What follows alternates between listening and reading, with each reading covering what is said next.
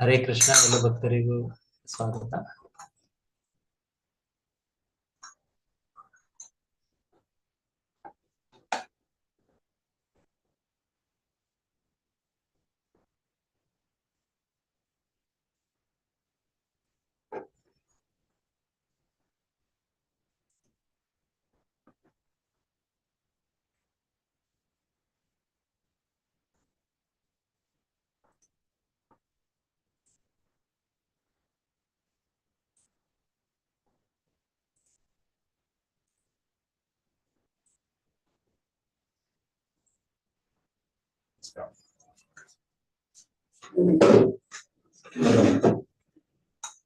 ಹರೇ ಕೃಷ್ಣ.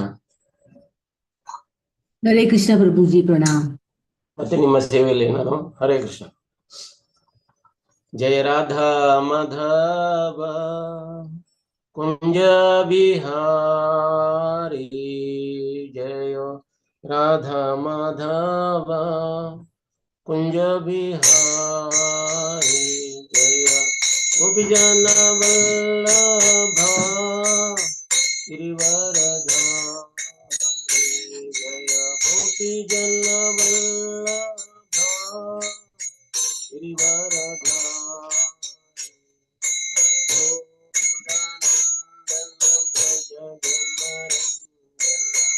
ಯಶೋದಾನಂದನ ಭಜ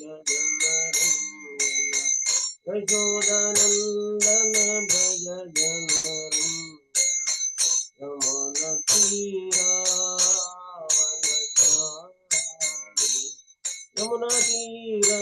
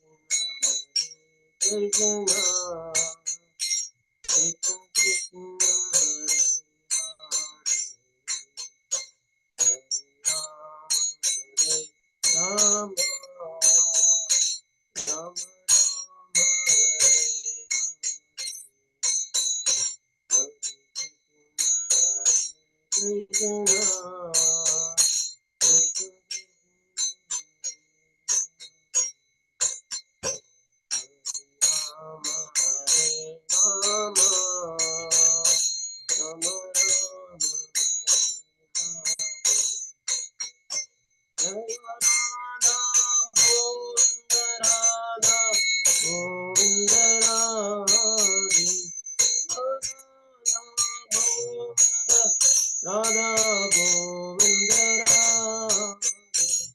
गोविंद, राधा गोविंद जय गौरंगिकान, जय गौरंगिकान, गौरंगिकान, जय जय प्रभुपाद, प्रभुपाद, प्रभुपाद, प्रभुपाद, जय गुरुदेव, गुरुदेव, गुरुदेव, जय गुरुदेव, हरि बोल, हरि बोल, हरि बोल, हरे कृष्ण. ನಾವು ಮಂಗಳಚರಣ ಓದುವ. ಓಂ ಅಜ್ಞಾನತಿಮಿರಾಂಧಸ್ಯ ಜ್ಞಾನಾಂಜನಶಲಾಕಯ ಚಕ್ಷುರುನ್ಮೀಲಿತಂ ಯೇನ ತಸ್ಮೈ ಶ್ರೀಗುರವೇ ನಮಃ. ಶ್ರೀಚೈತನ್ಯಮನೋಭೀಷ್ಟಂ ಸ್ಥಾಪಿತಂ ಯೇನ ಭೂತಲೆ ಸ್ವಯಂ ರೂಪ ಕದಾ ಮಹ್ಯಂ ದದಾತಿ ಸ್ವಪದಾಂತಿಕಂ. ವಂದೇಹಂ ಶ್ರೀಗುರೋ ಶ್ರೀಯುತಾಪಾದಕಮಲಂ ಶ್ರೀಗುರುನ್ ವೈಷ್ಣವಾಂಶ್ಚ ಶ್ರೀರೂಪಂ ಸಾಗ್ರಜಾತಾಂ ಸಹಗಣ ಲಲಿತಾಂ ಶ್ರೀ ವಿಶಾಖಾನ್ವಿತಂ ಚ. ಹೇ ಕೃಷ್ಣ ಕರುಣಾ ಸಿಂಧು ದೀನಬಂಧೋ ಜಗತ್ಪತೆ ಗೋಪೇಶ ಗೋಪಿಕಾ ಕಾಂತ ರಾಧಾ ಕಾಂತ ನಮೋಸ್ತುತೆ. ತಪ್ತ ಕಾಂಚನ ಗೌರಾಂಗಿ राधे वृंदावनेश्वरी वृषभानुसुते देवी प्रणमामि हरिप्रिये वंशकल्पतरुभ्यश्च कृपा सिन्धुभ्येव च पतितानां पावनेभ्यो वैष्णवेभ्यो नमो नमः। जय श्री कृष्ण चैतन्य प्रभु नित्यानंद श्री अद्वैत गदाधर श्रीवासादि गौर भक्तवृंद। हरे कृष्णा कृष्ण कृष्ण हरे हरे, हरे राम राम राम हरे हरे। हरे कृष्ण कृष्ण कृष्ण हरे हरे, हरे राम राम राम हरे हरे। हरे कृष्ण कृष्ण कृष्ण हरे हरे, हरे राम राम राम हरे हरे। ಹರೇ ಕೃಷ್ಣ. ಈಗ ನಾವು ಎರಡು ಕ್ಲಾಸ್ನಲ್ಲೇ ಕೂಡ ಮೇಲುಕೋಟೆಯ ಕಥಾವನ್ನ ಮಾಡ್ತಾ ಬಂದಿದ್ದೀವಿ. ಈಗ ಮುಂದುವರೆದ ಭಾಗ ಉಳಿದಿರುವಂತ ಮೇಲುಕೋಟೆಯ ಮಹತ್ವ ಅಥವಾ ಮಹಿಮೆಯನ್ನ ವರ್ಣನೆ ಮಾಡಲಿಕ್ಕೆ ಪ್ರಯತ್ನ ಪಡೋಣ ನಿಮ್ಮೆಲ್ಲರ ಕೃಪೆಯಿಂದ, ವೈಷ್ಣವರ ಕೃಪೆಯಿಂದ. ಒಮ್ಮೆ ಸತ್ಸಂಗ ನಡೀಲಿಕ್ಕತ್ತಿತ್ತು. ಮನೆಯಲ್ಲಿ ಹೆಂಡತಿ ಗಂಡನಿಗೆ ಹೇಳಿದ್ರು. ಏನಂತ ಹೇಳಿದ್ರಂದ್ರೆ, ನೋಡಿ ಮನೆಯಲ್ಲಿ ಕುತ್ಕೊಂಡು ಸುಮ್ಮನೆ ಟೈಮ್ ಪಾಸ್ ಮಾಡ್ತಾ ಇದ್ರಿ, ಹೋಗ್ರಿ ಇಲ್ಲಿ ಸತ್ಸಂಗ ನಡೀಲಿಕ್ಕತ್ತತಿ, ಹೋಗ್ರಿ ಅದರಿಂದ ಏನಾದ್ರೂ ಅನುಕೂಲ ಆಗ್ತತಿ ಅಂತ.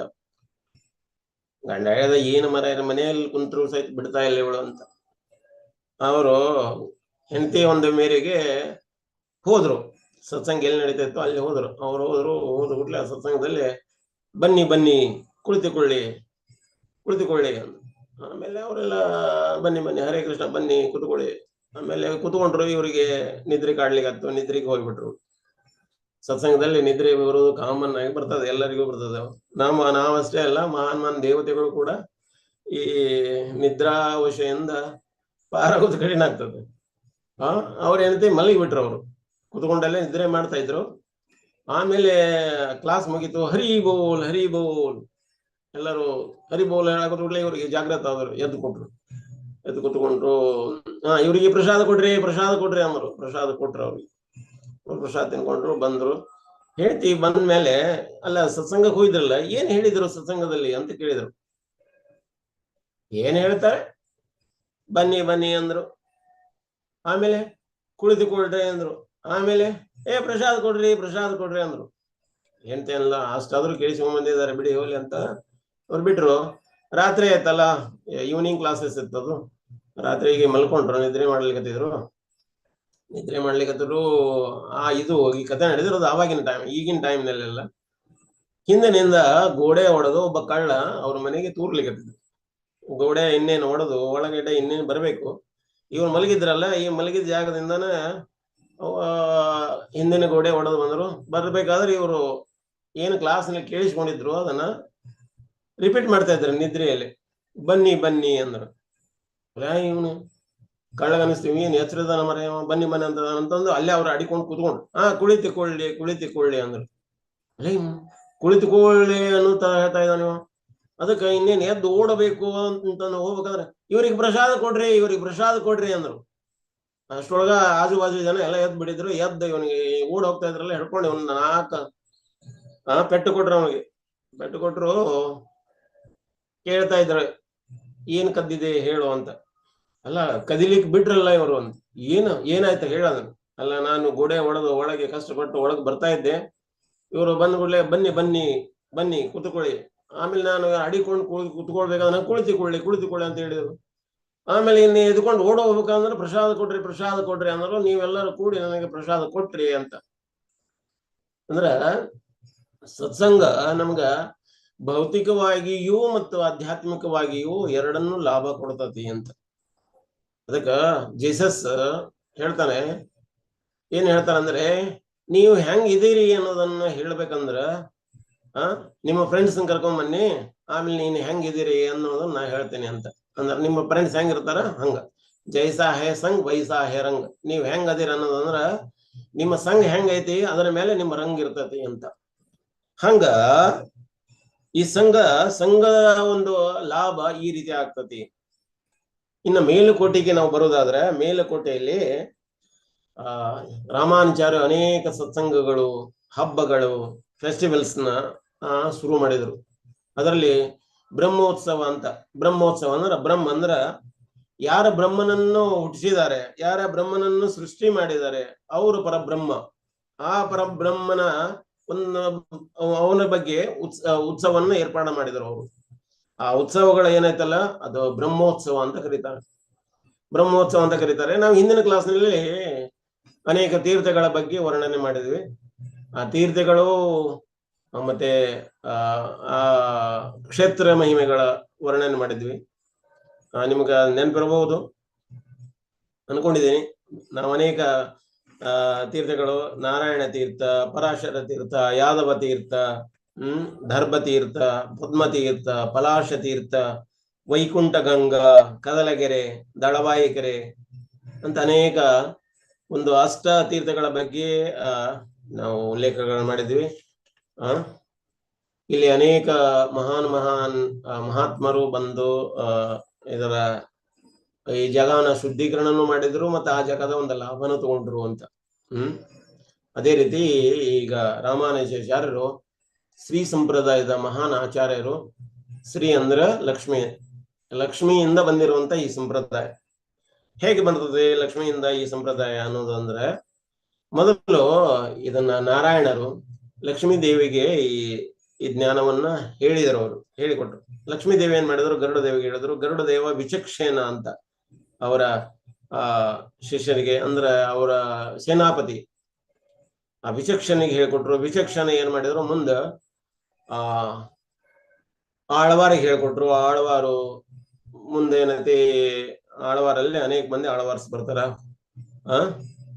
ಪೊಗೈ ಆಳ್ವಾರ್, ಭೂತತ್ವ ಆಳ್ವಾರ್, ಪೇ ಆಳ್ವಾರ್, ತಿರುಮಡಿ ಸೈ ಆಳ್ವಾರ್, ಮಧುರ ಕವಿ ಆಳ್ವಾರ್, ನಮ್ಮ ಆಳ್ವಾರ್, ಕುಲಶೇಖರ, ಪೆರಿಯಾಳ್ವಾರ್, ಅಂಡಾಳ, ತೊಂಡರಪೊಡಿ, ತಿರುಪಳಿ, ತಿರುಮಂಗೈ ಆಳ್ವಾರ್ ಅಂತ ಹಿಂಗ 12 ಜನ ಆಳ್ವಾರು ಬರ್ತಾರೆ. ಆಳ್ವಾರ್ ಅಂದ್ರೆ ಮಹಾನ್ ಭಕ್ತರು. ಅವರ ಮೂಲಕ ಕ್ರಮೇಣ ಏನಾಗಿ ಬಂತು, ಇದನ್ನ ಇನ್ನೂ ಅನೇಕ ಮಂದಿ ಬರ್ತಾರೆ. ಮುಂದೆ ನಾಥ ಮುನಿ ಬರ್ತಾರೆ. ನಾಥ ಮುನಿ, ಪುಂಡರೀಕಾಕ್ಷ ಅವರು. ಅದಾದ್ಮೇಲೆ ರಾಮಾನುಚಾರ್ಯರು ಅದರಲ್ಲಿ ಬರ್ತಾರೆ. ಅಂದ್ರೆ ಇದು ಶ್ರೀ ಸಂಪ್ರದಾಯ ಮೊದಲೇ ಇತ್ತು. ಅದನ್ನ ಅಗದಿ ಪ್ರಚುರ ಮಾತ್ರಕ್ಕೆ ಏರಿಸಿದವರು ರಾಮಾನುಚಾರ್ಯರು ಅಂತ. ಈ ರಾಮಾನುಚಾರ್ಯರು ತಮಿಳುನಾಡಿನಿಂದ ಏನೈತಿ ಕರ್ನಾಟಕ ಬಂದು 12 ವರ್ಷಗಳ ಕಾಲ ಮೇಲುಕೋಟೆಯಲ್ಲಿ ವಾಸ ಮಾಡಿದರು. ಇಲ್ಲಿನ ಒಂದು ಮಹತ್ವವನ್ನ ವಿಜೃಂಭೀಕರಿಸಿದರು. ಮರು ಪ್ರತಿಷ್ಠಾಪನೆ ಮಾಡಿದರು. ಮರು ಪ್ರತಿಷ್ಠಾಪನೆ ಮಾಡಿದರು. ಅದರಲ್ಲಿ ಎಸ್ಪೆಷಲಿ ಹೇಳ್ಬೇಕಂದ್ರೆ ಈ ಬ್ರಹ್ಮೋತ್ಸವದಲ್ಲಿ ಪರಮಾತ್ಮನ ಮುಕುಟ ಮುಡಿ ಅಂತ ಕರೀತಾರೆ. ನಾವು ಹಿಂದಿನ ಕ್ಲಾಸ್ ನಲ್ಲಿ ಹೇಳಿದ್ದುಂಟು. ಈಗ ತಿರುಪತಿಯ ಒಡೆ, ಶ್ರೀರಂಗಮ್ಮದ ನಡೆ, ವರದರಾಜರ ಕೊಡೆ, ಮತ್ತೆ ಮೇಲುಕೋಟೆಯ ಮುಡಿ ಅಂತ. ಈ ಮುಡಿ ಅಂದ್ರೆ ಆಯಾ ಪ್ರದೇಶದ ಆಯಾ ಒಂದು ಸ್ಪೆಷಲ್. ನಾವು ಹೇಳಿದ್ವಿ ತಿರುಪತಿಯ ಒಡಿ ಬಹಳ ಫೇಮಸ್ಸು. ಆಮೇಲೆ ಶ್ರೀರಂಗನಾಥನ ನಡೆ ಅಂದ್ರೆ ಅಗದಿ ಅವರೆಲ್ಲ ಬೇರೆ ಬೇರೆ ನಡೆಗಳನ್ನ ನಡೀತಾರೆ, ಸ್ಟೈಲ್ ನಲ್ಲಿ ನಡೀತಾರೆ, ಶೈಲಿಯಲ್ಲಿ ನಡೀತಾರೆ. ಪರಮಾತ್ಮ ಸರ್ಪಗತಿ, ಗಜಗತಿ, ಅಶ್ವಗತಿ, ಹಂಸಗತಿ ಆ ರೀತಿ ಎಲ್ಲ ನಡೆದು ಲಕ್ಷ್ಮೀ ದೇವರನ್ನ ಹೋಲಿಸಿಕೊಳ್ಳಲಿಕ್ಕೆ ಪ್ರಯತ್ನ ಪಡ್ತಾರೆ. ಅದು ಅವರದ್ದು ನಡೆ ಸ್ಪೆಷಲ್ ಅಲ್ಲಿದು. ಅದೇ ರೀತಿ ವರದರಾಜರದು ಅವ್ರದ್ದು ಏನಪ್ಪಾ ಅಂದ್ರೆ ಅವ್ರ ಕೊಡೆ, ದೊಡ್ಡ ಕೊಡೆಗಳನ್ನ ತಯಾರು ಮಾಡ್ತಾರೆ. ಅಲ್ಲಿ ಕೊಡೆ ನೋಡ್ಲಿಕ್ಕೆ ಬಹಳ ಸುಂದರವಾಗಿ ಕಾಣ್ತಾವ. ಪರಮಾತ್ಮನ ಸೇವೆಗಾಗಿ ಉಪಯೋಗ ಮಾಡ್ತಾರ ಆ ಕೊಡೆ. ಮತ್ತೆ ಇನ್ನು ಮೇಲುಕೋಟೆಯ ಮುಡಿ ಅಂದ್ರೆ ಮುಕುಟ. ಈ ಮುಕುಟ ಸ್ಪೆಷಲ್ ಇಲ್ಲಿದು. ಏನ್ ಸ್ಪೆಷಲ್ಲು, ಯಾಕೆ ಸ್ಪೆಷಲ್ಲು? ಈ ಮುಕುಟ ಒನ್ ಟೈಮ್ ಶ್ರೀಮನ್ ನಾರಾಯಣರು ಮಲಗಿದ್ರು. ಈಗ ಪ್ರಹ್ಲಾದ ಮಹಾರಾಜರ ಮೊಮ್ಮಗ ವಿರೋಚನ ಅಂತ. ಆ ವಿರೋಚನ ಏನ್ ಮಾಡಿದ, ಸೇವಾ ಮಾಡ್ಲಿಕ್ಕೆ ಬಂದಿದ್ರು, ಪರಮಾತ್ಮನ ಸೇವಾ ಮಾಡ್ಲಿಕ್ಕೆ ಮಾಡ್ದ ಪರಮಾತ್ಮನ ಆ ಮುಕುಟದ ಮೇಲೆ ಅವ್ರ ಕಣ್ಣು ಬಿತ್ತದು, ಅದು ಆಕರ್ಷಿತ ಆತದು. ಅವ್ರು ಏನ್ ಮಾಡಿದ್ರು, ಎತ್ತಿ ಅವ್ರ ಬ್ಯಾಗ್ನಲ್ಲಿ ಇಟ್ಕೊಂಡು ಸೇವಾ ಅದ ಕೂಡಲೇ ಅದನ್ನ ಎತ್ಕೊಂಡು ತಗೊಂಡು ಪಾತಾಳಕ್ಕೆ ತಗೊಂಡು ಹೋಗಿ ಇಟ್ಕೊಂಡ್ಬಿಟ್ರು. ತಗೊಂಡ್ರು. ಇವ್ರು ಬೆಳಗ್ಗೆ ಎದ್ದು ಮುಕುಟ ನೋಡಿದ್ರೆ ಮುಕುಟ ಸಿಗ್ತಾ ಇಲ್ಲ. ಇವ್ರ ಮುಕುಟ ಇಲ್ದನ ನಾರಾಯಣರು ಹಾಗೆ ಹೊರಗಡೆ ಬಂದ್ರೆ, ಲಕ್ಷ್ಮೀ ದೇವರೇ ನಿಮ್ದು ಏನೇ ಎಲ್ಲಿದೆ, ಇದೇನಿದು ಹೊಸ ಅವತಾರ ನಿಮ್ದು, ಮುಕುಟನೇ ಇಲ್ಲ ಅಂದ. ಹೌದೌದು, ನಾನು ಮುಕುಟ ಕಾಣ್ತಾ ಇಲ್ಲ, ನಾನು ಹುಡುಕ್ತಾ ಇದ್ದೆ ಅಂತ. ಮತ್ತೆ ಗರುಡನು ಅದೇ ಟೈಮ್ ಗರುಡ ಬಂದ್ರು. ಗರುಡನಿಗೆ ಕೇಳ್ತಾ ಇದ್ದಾರೆ, ಗರುಡ ದೇವರು ಹೇಳ್ತಾ ಇದ್ದಾರೆ, ಯಾಕೆ ನೀವು ಮುಕುಟ ಹಾಕೊಂಡಿಲ್ಲ, ಕಿರೀಟ ಎಲ್ಲಿ ಹೋಯ್ತು ನಿಮ್ದು ಅಂತ. ಇಲ್ಲ ಮರೆ, ಇಲ್ಲೇ ಇಲ್ಲೇ ಇಲ್ಲೇ ಇರ್ಬೋದು, ಇವು ವಿರೋಚನ ನನ್ನ ಸೇವಾ ಮಾಡ್ತಾ ಇದ್ರು, ಅವರೆಲ್ಲ ಎತ್ತಿಟ್ಟಿದ್ದಾರೆ. ಆಮೇಲೆ ಹೌದಾ ಅಂತ. ಸರಿ, ಆ ವಿರೋಚನ ಹುಡುಕೊಂತ ಗರುಡ ದೇವ ಅವ್ರು ಪಾತಾಳಕ್ಕೆ ತನಕ ಬಂದ್ರು. ಪಾತಾಳಕ್ಕೆ ಬಂದ್ರು.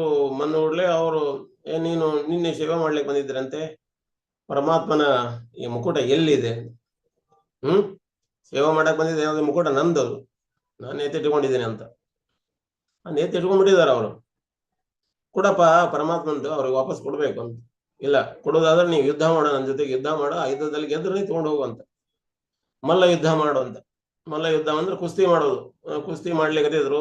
ಗರುಡ ದೇವ ಅವ್ರ ನೆನತಿ ವಿರೋಚನನ್ನ ಸೋಲಿಸ್ಬಿಟ್ರು. ಸೋಲಿಸಿ ಆಮೇಲೆ ಹಿಗ್ಗಾಮುಗ್ಗ ಸೋಲಿಸಿ ಆದ್ಮೇಲೆ ಅದನ್ನ ನೆನತಿ ಅವರಿಂದ ಈ ಮುಕುಟವನ್ನ ಕಲೆಕ್ಟ್ ಮಾಡಿಕೊಂಡು ತಗೊಂಡು ಅದನ್ನ ವಾಪಸ್ ತಗೊಂಬಂದ್ರು. ಅಷ್ಟರೊಳಗೆ ಏನಾಯ್ತು, ಇಲ್ಲಿ ನಾರಾಯಣ ಅವರು ಹೊಳ್ಳಿ ವೈಕುಂಠಕ್ಕೆ ಹೋಗ್ತಾರೆ. ವೈಕುಂಠದಲ್ಲಿ ನಾರಾಯಣ ಇಲ್ಲ. ಯಾಕಂದ್ರೆ ಅವ್ರು ಹುಡುಕ್ತಾ ಬಂದ್ರ ಭೌತಿಕ ಜಗದಲ್ಲಿ ಈಗ ಕೃಷ್ಣ ಬಲರಾಮರಾಗಿ ಲೀಲೆ ಮಾಡ್ತಾ ಇದ್ರು. ಅವ್ರಿಗೆ ಹೋಗಿ ನಿಮ್ಮ ಮುಕುಟವನ್ನ ನಾನು ತಮ್ಮಂದಿದ್ದೇನೆ ಅಂತ. ಹೌದು, ನಾವು ಈಗ ಮಾನವ ರೂಪಿ ಲೀಲೆಗಳನ್ನು ಮಾಡ್ಲಿಕ್ಕೇವಿ, ಈ ಮುಕುಟನ ಈಗ ಧಾರಣೆ ಮಾಡ್ಲಿಕ್ಕೆ ಆಗುದಿಲ್ಲ. ದಯವಿಟ್ಟು ಈ ಮುಕುಟವನ್ನ ನನ್ನದೇ ರೂಪಗಳಾದ ಇತರೆ ರೂಪಗಳಿಗೆ ನೀವು ಇದನ್ನ ತೊಡಸ್ರಿ ಅಂತ ಹೇಳಿದ್ರು. ಅವರು ಗರುಡದೇವ ಹುಡುಕ್ತಾ ಬೇರೆ ಬೇರೆ ಕಡೆಗೆ ಅವರಿಗೆ ಹಾಕ್ಲಿಕ್ಕೆ, ಅಂದ್ರೆ ಮುಕುಟನ ಬೇರೆ ಬೇರೆ ಡಿಟಿ ಅಂದ್ರೆ ವಿಗ್ರಹಗಳಿಗೆ ಅದನ್ನ ಧಾರಣೆ ಮಾಡ್ಲಿಕ್ಕೆ ಕೊಡ್ತಾ ಬಂದ್ರು. ತಿರುಪತಿಗೆ ಬಂದ್ರು. ಆ ತಿರುಪತಿಗೆ ಅದನ್ನ ಜೋಡಿಸ್ಲಿಕ್ಕೆ ನೋಡಿದ್ರು. ಅವ್ರ ತಲೆಗೆ ಅದಕ್ಕೆ ಹೊಂತ ಇಲ್ಲ ಅದು. ಮತ್ತೆ ಶ್ರೀರಂಗಮಕ್ಕೆ ಬಂದ್ರು, ಅಲ್ಲಿ ಹಾಕ್ಲಿಕ್ಕೆ ನೋಡಿದ್ರು. ಅದಕ್ಕೆ ಅವ್ರಿಗೆ ಆ ಮುಕುಟ ಸರಿಯಾಗಿ ಸೆಟ್ ಆಗ್ತಾ ಇಲ್ಲ. ವರದರಾಜರಿಗೆ ಹಾಕ್ಲಿಕ್ಕೆ ನೋಡಿದ್ರು, ಅದಕ್ಕೂ ಸೆಟ್ ಆಗ್ಲಿಲ್ಲ. ಎಲ್ಲರಿಗೂ ಪ್ರಯತ್ನ ಮಾಡಿದ್ರು. ತೊಡೆಗೆ ಮೇಲುಕೋಟೆಗೆ ಬಂದರು. ಮೇಲುಕೋಟೆಯ ಈ ಕೆಲವು ನಾರಾಯಣ ಏನದಾರಲ್ಲ ಅವ್ರಿಗೆ ಹಾಕೊಳ್ಳಿಕ್ಕೆ, ಇದನ್ನ ನೀವು ಧಾರಣೆ ಮಾಡ್ರಿ ಅಂತ. ಹೌದಪ್ಪ, ಇದನ್ನ ಧಾರಣೆ ಮಾಡೋದು ಬೇರೆದವರು ಯಾಕೆ ಧಾರಣೆ ಮಾಡ್ಲಿಲ್ಲ ಅಂದ್ರೆ, ಇದು ಅಷ್ಟೊಂದು ಗರಂ ಆಗಿದೆ. ಇದನ್ನ ಧಾರಣೆ ಮಾಡಿದಂದ್ರೆ ಅದನ್ನ ಪವರ್ ತಡ್ಕೊಳ್ಬೇಕಾಗ್ತದೆ. ಆದ್ರೆ ನಾನು ಇದನ್ನ ಹಾಕೊಳ್ತೇನೆ, ಮಾತ್ರ 5 ಗಂಟೆವರೆಗೆ ಅಷ್ಟೇ. 5 ಗಂಟೆ ಅಂದ 5 ರಿಂದ 6 ಗಂಟೆ ತನಕ ನಾನು ಇದನ್ನ ಧಾರಣೆ ಮಾಡ್ತೇನೆ, ಅದ ನಂತರ ಇದನ್ನ ತೆಗೆದಿಡ್ಬೇಕಾಗ್ತದೆ ಅಂತ. ಆಯ್ತು ತಗೊಳ್ಳಿ ನೀವು ಅಂತ ಅವ್ರ ತಲೆಗೆ ಹಾಕಿದ್ರು. ಅದು ಕರೆಕ್ಟ್ ಸೆಟ್ ಆಯ್ತು. ಅದು ಕರೆಕ್ಟ್ ಸೆಟ್ ಆಯ್ತು. ಈ ಮುಕುಟದ ಮಹಿಮೆ ಅಂದ್ರೆ ಇದು ನೋಡಿ, ಸ್ವಯಂ ವೈಕುಂಠದಿಂದ ಪ್ರಹ್ಲಾದ ಮಹಾರಾಜರ ಮೊಮ್ಮಗ ವಿರೋಚನರಿಗೆ ಬಂತು. ವಿರೋಚನರ ಮೂಲಕ ಗರುಡ ದೇವರು ತಮ್ಮಂದ್ರು. ಗರುಡ ದೇವರು ಇಲ್ಲಿ ತಮ್ಮಂದು ಈಗ ಎಲ್ಲಿ ಬಂದಿದೆ, ಈಗ ಮೇಲುಕೋಟೆಯ ಚೆಲುವ ನಾರಾಯಣರಿಗೆ ತೋರಿಸ್ತಾ ಇದ್ದಾರೆ. ಅಂದ್ರೆ ಈ ಮುಡಿ ಅನ್ನೋದು ಏನೈತಲ್ಲ, ಈ ಮುಡಿ ಸಾಧಾರಣವಾದ ಮುಕುಟ ಅಲ್ಲ. ನಾವು ಸಾಧಾರಣವಾಗಿ ನಮ್ಮ ಈ ಚರ್ಮಚಕ್ಷು ಮೂಲಕ ಮುಕುಟವನ್ನ ನೋಡ್ಲಿಕ್ಕೆ ಪ್ರಯತ್ನ ಮಾಡ್ಲಿಕ್ಕೆ ಅಂದ್ರೆ ನಮಗೆ ಬೇರೆ ಬೇರೆ ರೀತಿ ಕಾಣ್ಲಿಕ್ಕೆ. ನೀವು ಯಾವ ರೀತಿ ಅನ್ಕೋತೀರ ಆ ರೀತಿ ಆ ಮುಕುಟ ಕಾಣ್ತದೆ. ಕೆಲವೊಬ್ಬರಿಗೆ ಅದು ಸಾಕ್ಷಾತ್ಕಾರ ಇರುವಂತಹ ವ್ಯಕ್ತಿಗಳ ಅದನ್ನು ನೋಡೋದಾದ್ರೆ ಅದು ಅದ್ಭುತವಾಗಿ ಕಾಣುತ್ತದೆ. ಇನ್ನು ನಮಗೆ ಭೌತಿಕವಾಗಿ ಇರುವಂತ ವ್ಯಕ್ತಿಗಳು ನೋಡ್ಲಿಕ್ಕೆ ಹೋದ್ರೆ ಅದೊಂದು ರೀತಿ ಕೊಡಪಾನ ಉಲ್ಟಾ ಹಾಕಿದಂಗಿದೆ. ಮಟಕನ ಉಲ್ಟಾ ಹಾಕಿದ್ರೆ ಹೆಂಗ್ ಕಾಣತದ ಹಂಗ್ ಕಾಣತತಿ ಅಂತ ಅನೇಕ ಮಂದಿ ಆ ರೀತಿ ಹೇಳ್ತಾರೆ. ಅದರಲ್ಲಿ ಅನ್ಪಾಲಿಶ್ಡ್ ಅನೇಕ ನವರತ್ನ ಖಚಿತವಾಗಿರುವಂತ ಮುಕುಟ. ಅದನ್ನೇನತಿ ಸೂರ್ಯನ ಬೆಳಕಿನಲ್ಲಿ ಹಾಕುವಂಗಿಲ್ಲ. ರಾತ್ರಿಗೆ ಹಾಕ್ತಾರ. ರಾತ್ರಿ ಅದ್ರ ಬ್ರಹ್ಮೋತ್ಸವ ರಾತ್ರಿಯಿಂದ ನಡೀತದೆ. 8 ಗಂಟೆಯಿಂದ ಬೆಳಗ್ಗೆ 5 ಗಂಟೆ ತನಕ ಆ ಪ್ರೋಗ್ರಾಮ್ ನಡೀತದೆ. ಆ 5 ಗಂಟೆ ಆಗೋವರೆಗಿನ ಪರಮಾತ್ಮನಿಗೆ ಏನ್ ತೊಡಿಸಿರ್ತಾರ, ಪರಮಾತ್ಮ ಬೆವತ್ತು ಹೋಗಿಬಿಡ್ತಾರ. ಅವ್ರನ್ನ ಮೈ ಎಲ್ಲ ಒರೆಸ್ತಾರ. ನೋಡ್ರಿ, ಡಿಟಿ ವಿಗ್ರಹ ಬೆವಿತೈತೆ, ಬೆವರು ಬರ್ತದ ಅಂತ, ಆ ಸ್ವೆಟಿಂಗ್ ಆಗ್ತದ. ಅದನ್ನೆಲ್ಲ ಕ್ಲೀನ್ ಮಾಡ್ತಾರ, ಒರೆಸ್ತಾರ. ಅಂದ್ರೆ ಈಗ ಎಲ್ಲಾದ್ರೂ ಡಿ ಬೆವಿತೈತಿ ಅನ್ನುವಂಥದ್ದು ಅಥವಾ ಬೆವರ್ತತಿ ಅನ್ನುವಂಥದ್ದು ನಾವು ಕೇಳಿಸ್ಕೊಂಡ್ರೆ ಒಂದು ನಮನಿ ಆಶ್ಚರ್ಯಕರ ಆಗ್ತದೆ. ಹಿಂಗ ಅದನ್ನ ಮುಕುಟವನ್ನ ಚೆಲುವನಾರಾಯಣರಿಗೆ ತೋರಿಸ್ತಾರೆ. ಅದು ಬರೋಬ್ಬರಿ ಸೆಟ್ ಆಗ್ತದೆ. ಯಾರು ಗರುಡ ದೇವರು ತಮ್ಮಂದ ಅದನ್ನ ಸೇವೆ ಮಾಡಿ ಅವ್ರಿಗೆ ಕೈ ಮುಗಿದು ಅವರು ಮತ್ತೆ ಹೋಗ್ತಾರೆ. ಹಿಂಗ ಈ ಭೌತಿಕ ಜಗತ್ತಿಗೆ ಈ ಮುಕುಟ ಬರ್ತದೆ. ಒನ್ ಟೈಮ್ ಏನಾಗ್ತದೆ, ಈ ಮೈಸೂರಿನ ರಾಜ ಒಡೆಯರು, ರಾಜ ಒಡೆಯರು ಇದರಲ್ಲಿ ಕನ್ಫ್ಯೂಸ್ ಅದ ನನಗೆ. ಅವ್ರು ಬಂದು ಪರಮಾತ್ಮನ ಮುಕುಟ ದರ್ಶನ ಮಾಡ್ಬೇಕಂತ ಬಂದ್ರು. ಅದು ಬರೋರಾಗ ಲೇಟ್ ಆಗಿಬಿಡುತ್ತೆ, ಬ್ರಹ್ಮೋತ್ಸವ ಲೇಟ್ ಆಯ್ತು, ಇವ್ರಿಗೆ ಅದು ಸಿಗ್ಲೇ ಇಲ್ಲ. ಬಂದಾಗ ಕೇಳ್ತಾರೆ, ನಾನ್ ರಾಜ, ಇಲ್ಲಿ ಈ ದೇಶದ ರಾಜ ಅದೀನಿ, ನಾ ಬಂದೀನಿ, ಅದನ್ನು ಮತ್ತೊಮ್ಮೆ ಧಾರಣೆ ಮಾಡ್ರಿ ಅಂತ. ಅವ್ರು ಹೇಳಿದ್ರು, ಇಲ್ಲ, ವರ್ಷದಲ್ಲಿ ಒಂದು ಟೈಮ್, ಅದು ಬ್ರಹ್ಮೋತ್ಸವ ಟೈಮ್, ಒಂದು ದಿನ ಇದನ್ನ ಧಾರಣೆ ಮಾಡ್ತದೆ. ಇದನ್ನ ಆ ಟೈಮ್ನಾಗ ಯಾರು ನೋಡ್ತಾರ ಅವ್ರು ಭಾಗ್ಯವಾನ್ರು, ಯಾರು ನೋಡುದಿಲ್ಲ ಅವ್ರಿಗೆ ಇಲ್ಲ. ನೀವು ಇದನ್ನ ಮತ್ತೆ ಹೊಳ್ಳಿ ನೋಡ್ಬೇಕಂತಂದ್ರೆ ಇನ್ನು 1 ವರ್ಷವರೆಗೆ ಕಾಯ್ಬೇಕು ಅಂತ. ಅಯ್ಯೋ, ಆಯ್ತಪ್ಪ, ಸರಿ ಆಯ್ತು, ನನ್ನ ಕಾಣಲಿಲ್ಲ, ಸರಿ. ಮತ್ತೆ ಈ ಮುಕುಟ ತೆಗೆದಾದ್ಮೇಲೆ ಅವ್ರ ತಲೆಗೆ ಮತ್ತೊಂದು ಮುಕುಟ ಹಾಕಬೇಕಲ್ಲ, ನೀವೇನ್ ಹಾಕ್ತಾರೆ? ಏನೋ ಇರಲ್ಲ, ಏನೋ ಹಾಕುವುದಿಲ್ಲ ಅಂತ. ಹೂವಿನ ಹಾರನ ಮುಕುಟದ ರೀತಿ ಒಳಗೆ ತೋರಿಸ್ತೇವೆ ಭಗವಾನನಿಗೆ, ಹೌದಾ?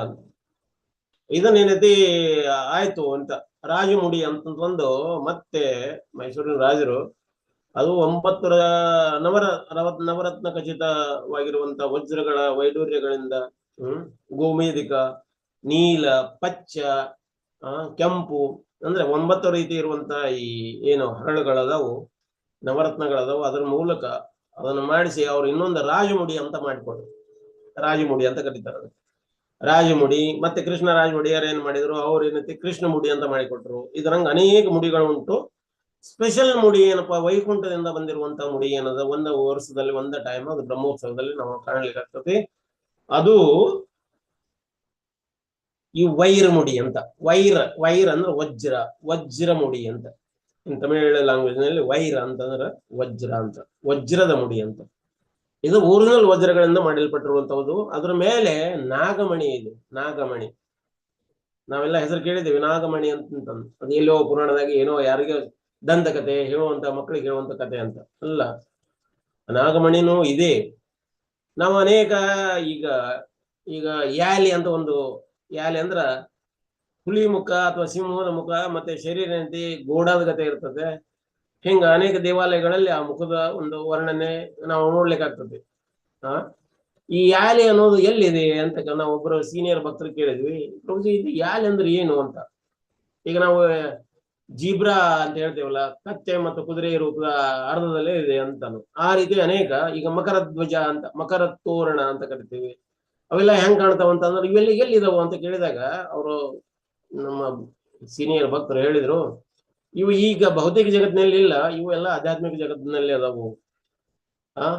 ಮೊದಲು ಇಲ್ಲಿನೂ ಇತ್ತು, ಅಷ್ಟು ಸಾತ್ವಿಕ ವಾತಾವರಣ ಇದ್ದು ಹೊತ್ನಾಗ ಇಲ್ಲಿನೂ ಇದ್ವು ಅವು. ಈಗ ಅವು ನಮಗ್ ಕಾಣ ಸಿಗುದಿಲ್ಲ ಅಂತ. ಅಂದ್ರೆ ನಮ್ಮ ಕಣ್ಣಿಗೆ ಕಾಣುದಿಲ್ಲ ಅಂತಂದ್ರೆ ಅವು ಇಲ್ಲ ಅಂತ ಅಲ್ಲ, ಇದೆ, ಬೇರೆ ಜಗತ್ತಿನಲ್ಲಿ ಇದೆ ಅವು ಅಂತ. ಪ್ರಭುಪಾದವರು ಕೂಡ ಅದನ್ನು ವರ್ಣನೆ ಮಾಡ್ತಾರೆ. ಹಾಗೆ ಹಿಂಗ 9 ರತ್ನಗಳಿಂದ ಕೂಡಿರುವಂತ ಅನ್ಪಾಲಿಶ್ಡ್, ಅದು ರಾತ್ರಿ ಇಷ್ಟೊಂದು ಪ್ರಭಾವಲಯ ಬೀರ್ತದ ಅಂದ್ರೆ ಅದು ಚಮಕಾಯಿಸ್ತದ. ಅಷ್ಟು ಚಮಕಾಯಿಸುವುದರಿಂದ ಅದು ಅಷ್ಟು ಗರ್ಮಿನ ಪ್ರೊಡಕ್ಟ್ ಮಾಡ್ತದೆ. ಅಂದ್ರೆ ಅದು ಅಷ್ಟು ಹೀಟ್ ತಯಾರಾಗ್ತದೆ, ಬಿಸಿ ಆಗ್ತದೆ. ಆ ಬಿಸಿಯಿಂದ ಚೆಲುವನಾರಾಯಣರ ಮೈ ಎಲ್ಲ ಬೆವತ್ತು ಹೋಗ್ತದ ಅಂತ. ಈ ಹಿಂಗ ಬ್ರಹ್ಮೋತ್ಸವ ಶುರುವಾಗ್ತದೆ. ಈ ವೈರಮುಡಿ 9 ರತ್ನಗಳಿಂದ ಕೂಡಿರುವಂತ ಈ ಮುಡಿಯನ್ನ ಪರಮಾತ್ಮ ಧಾರಣೆ ಮಾಡಿ ಆ ಉತ್ಸವ ನಡೀತದೆ. ಆ ಉತ್ಸವದಲ್ಲಿ ಆ ಪರಮಾತ್ಮ ಅದನ್ನೇನು ಅದನ್ನ ಧಾರಣೆ ಮಾಡ್ತಾನೆ ಓಡಿ ಬರ್ತಾರಂತ ಹೊರಗಡೆ. ಯಾಕೆ ಹೆಂಗ್ ಓಡಿ ಬರ್ತಾರ ಅಂತ, ಯಾಕೆ ಓಡಿ ಬರ್ತಾರ ಅಂದ್ರೆ ಅದನ್ನ ಧಾರಣೆ ಮಾಡಿದ ಬಿಟ್ಟೆ ನನ್ನೆಲ್ಲ ಭಕ್ತರು ನನ್ನನ್ನು ನೋಡ್ಲಿ ಅಂತ. ಗುಡಿ ಒಳಗಡೆಯಿಂದ, ದೇವಾಲಯದ ಒಳಗಡೆಯಿಂದ ಪರಮಾತ್ಮ ಮುಡಿ ಧಾರಣೆ ಮಾಡ್ತಾನೆ ಹೊರಗಡೆ ಓಡಿ ಬರ್ತಾರಂತೆ. ಜಲ್ದಿ ನನ್ನ ಎಲ್ಲಾ ಭಕ್ತರು ನನ್ನನ್ನು ನೋಡ್ಲಿ, ಇದನ್ನ ನೋಡೋದ್ರಿಂದ ಅವರೆಲ್ಲ ಮುಕ್ತರಾಗ್ಲಿ ಅನ್ನುವಂಥದ್ದು. ಅದಕ್ಕೆ ಮನುಷ್ಯ ಜನ್ಮದೊಳಗ ಒನ್ ಟೈಮ್ ನಮ್ಗೆ ಇದು ಒಂದು ಚಾನ್ಸ್ ಸಿಗ್ತದ. ನಿಮ್ಗೆ ಅವಕಾಶ ಇತ್ತು ಅಂತಂದ್ರೆ ಬ್ರಹ್ಮೋತ್ಸವನ ಅಟೆಂಡ್ ಮಾಡ್ರಿ.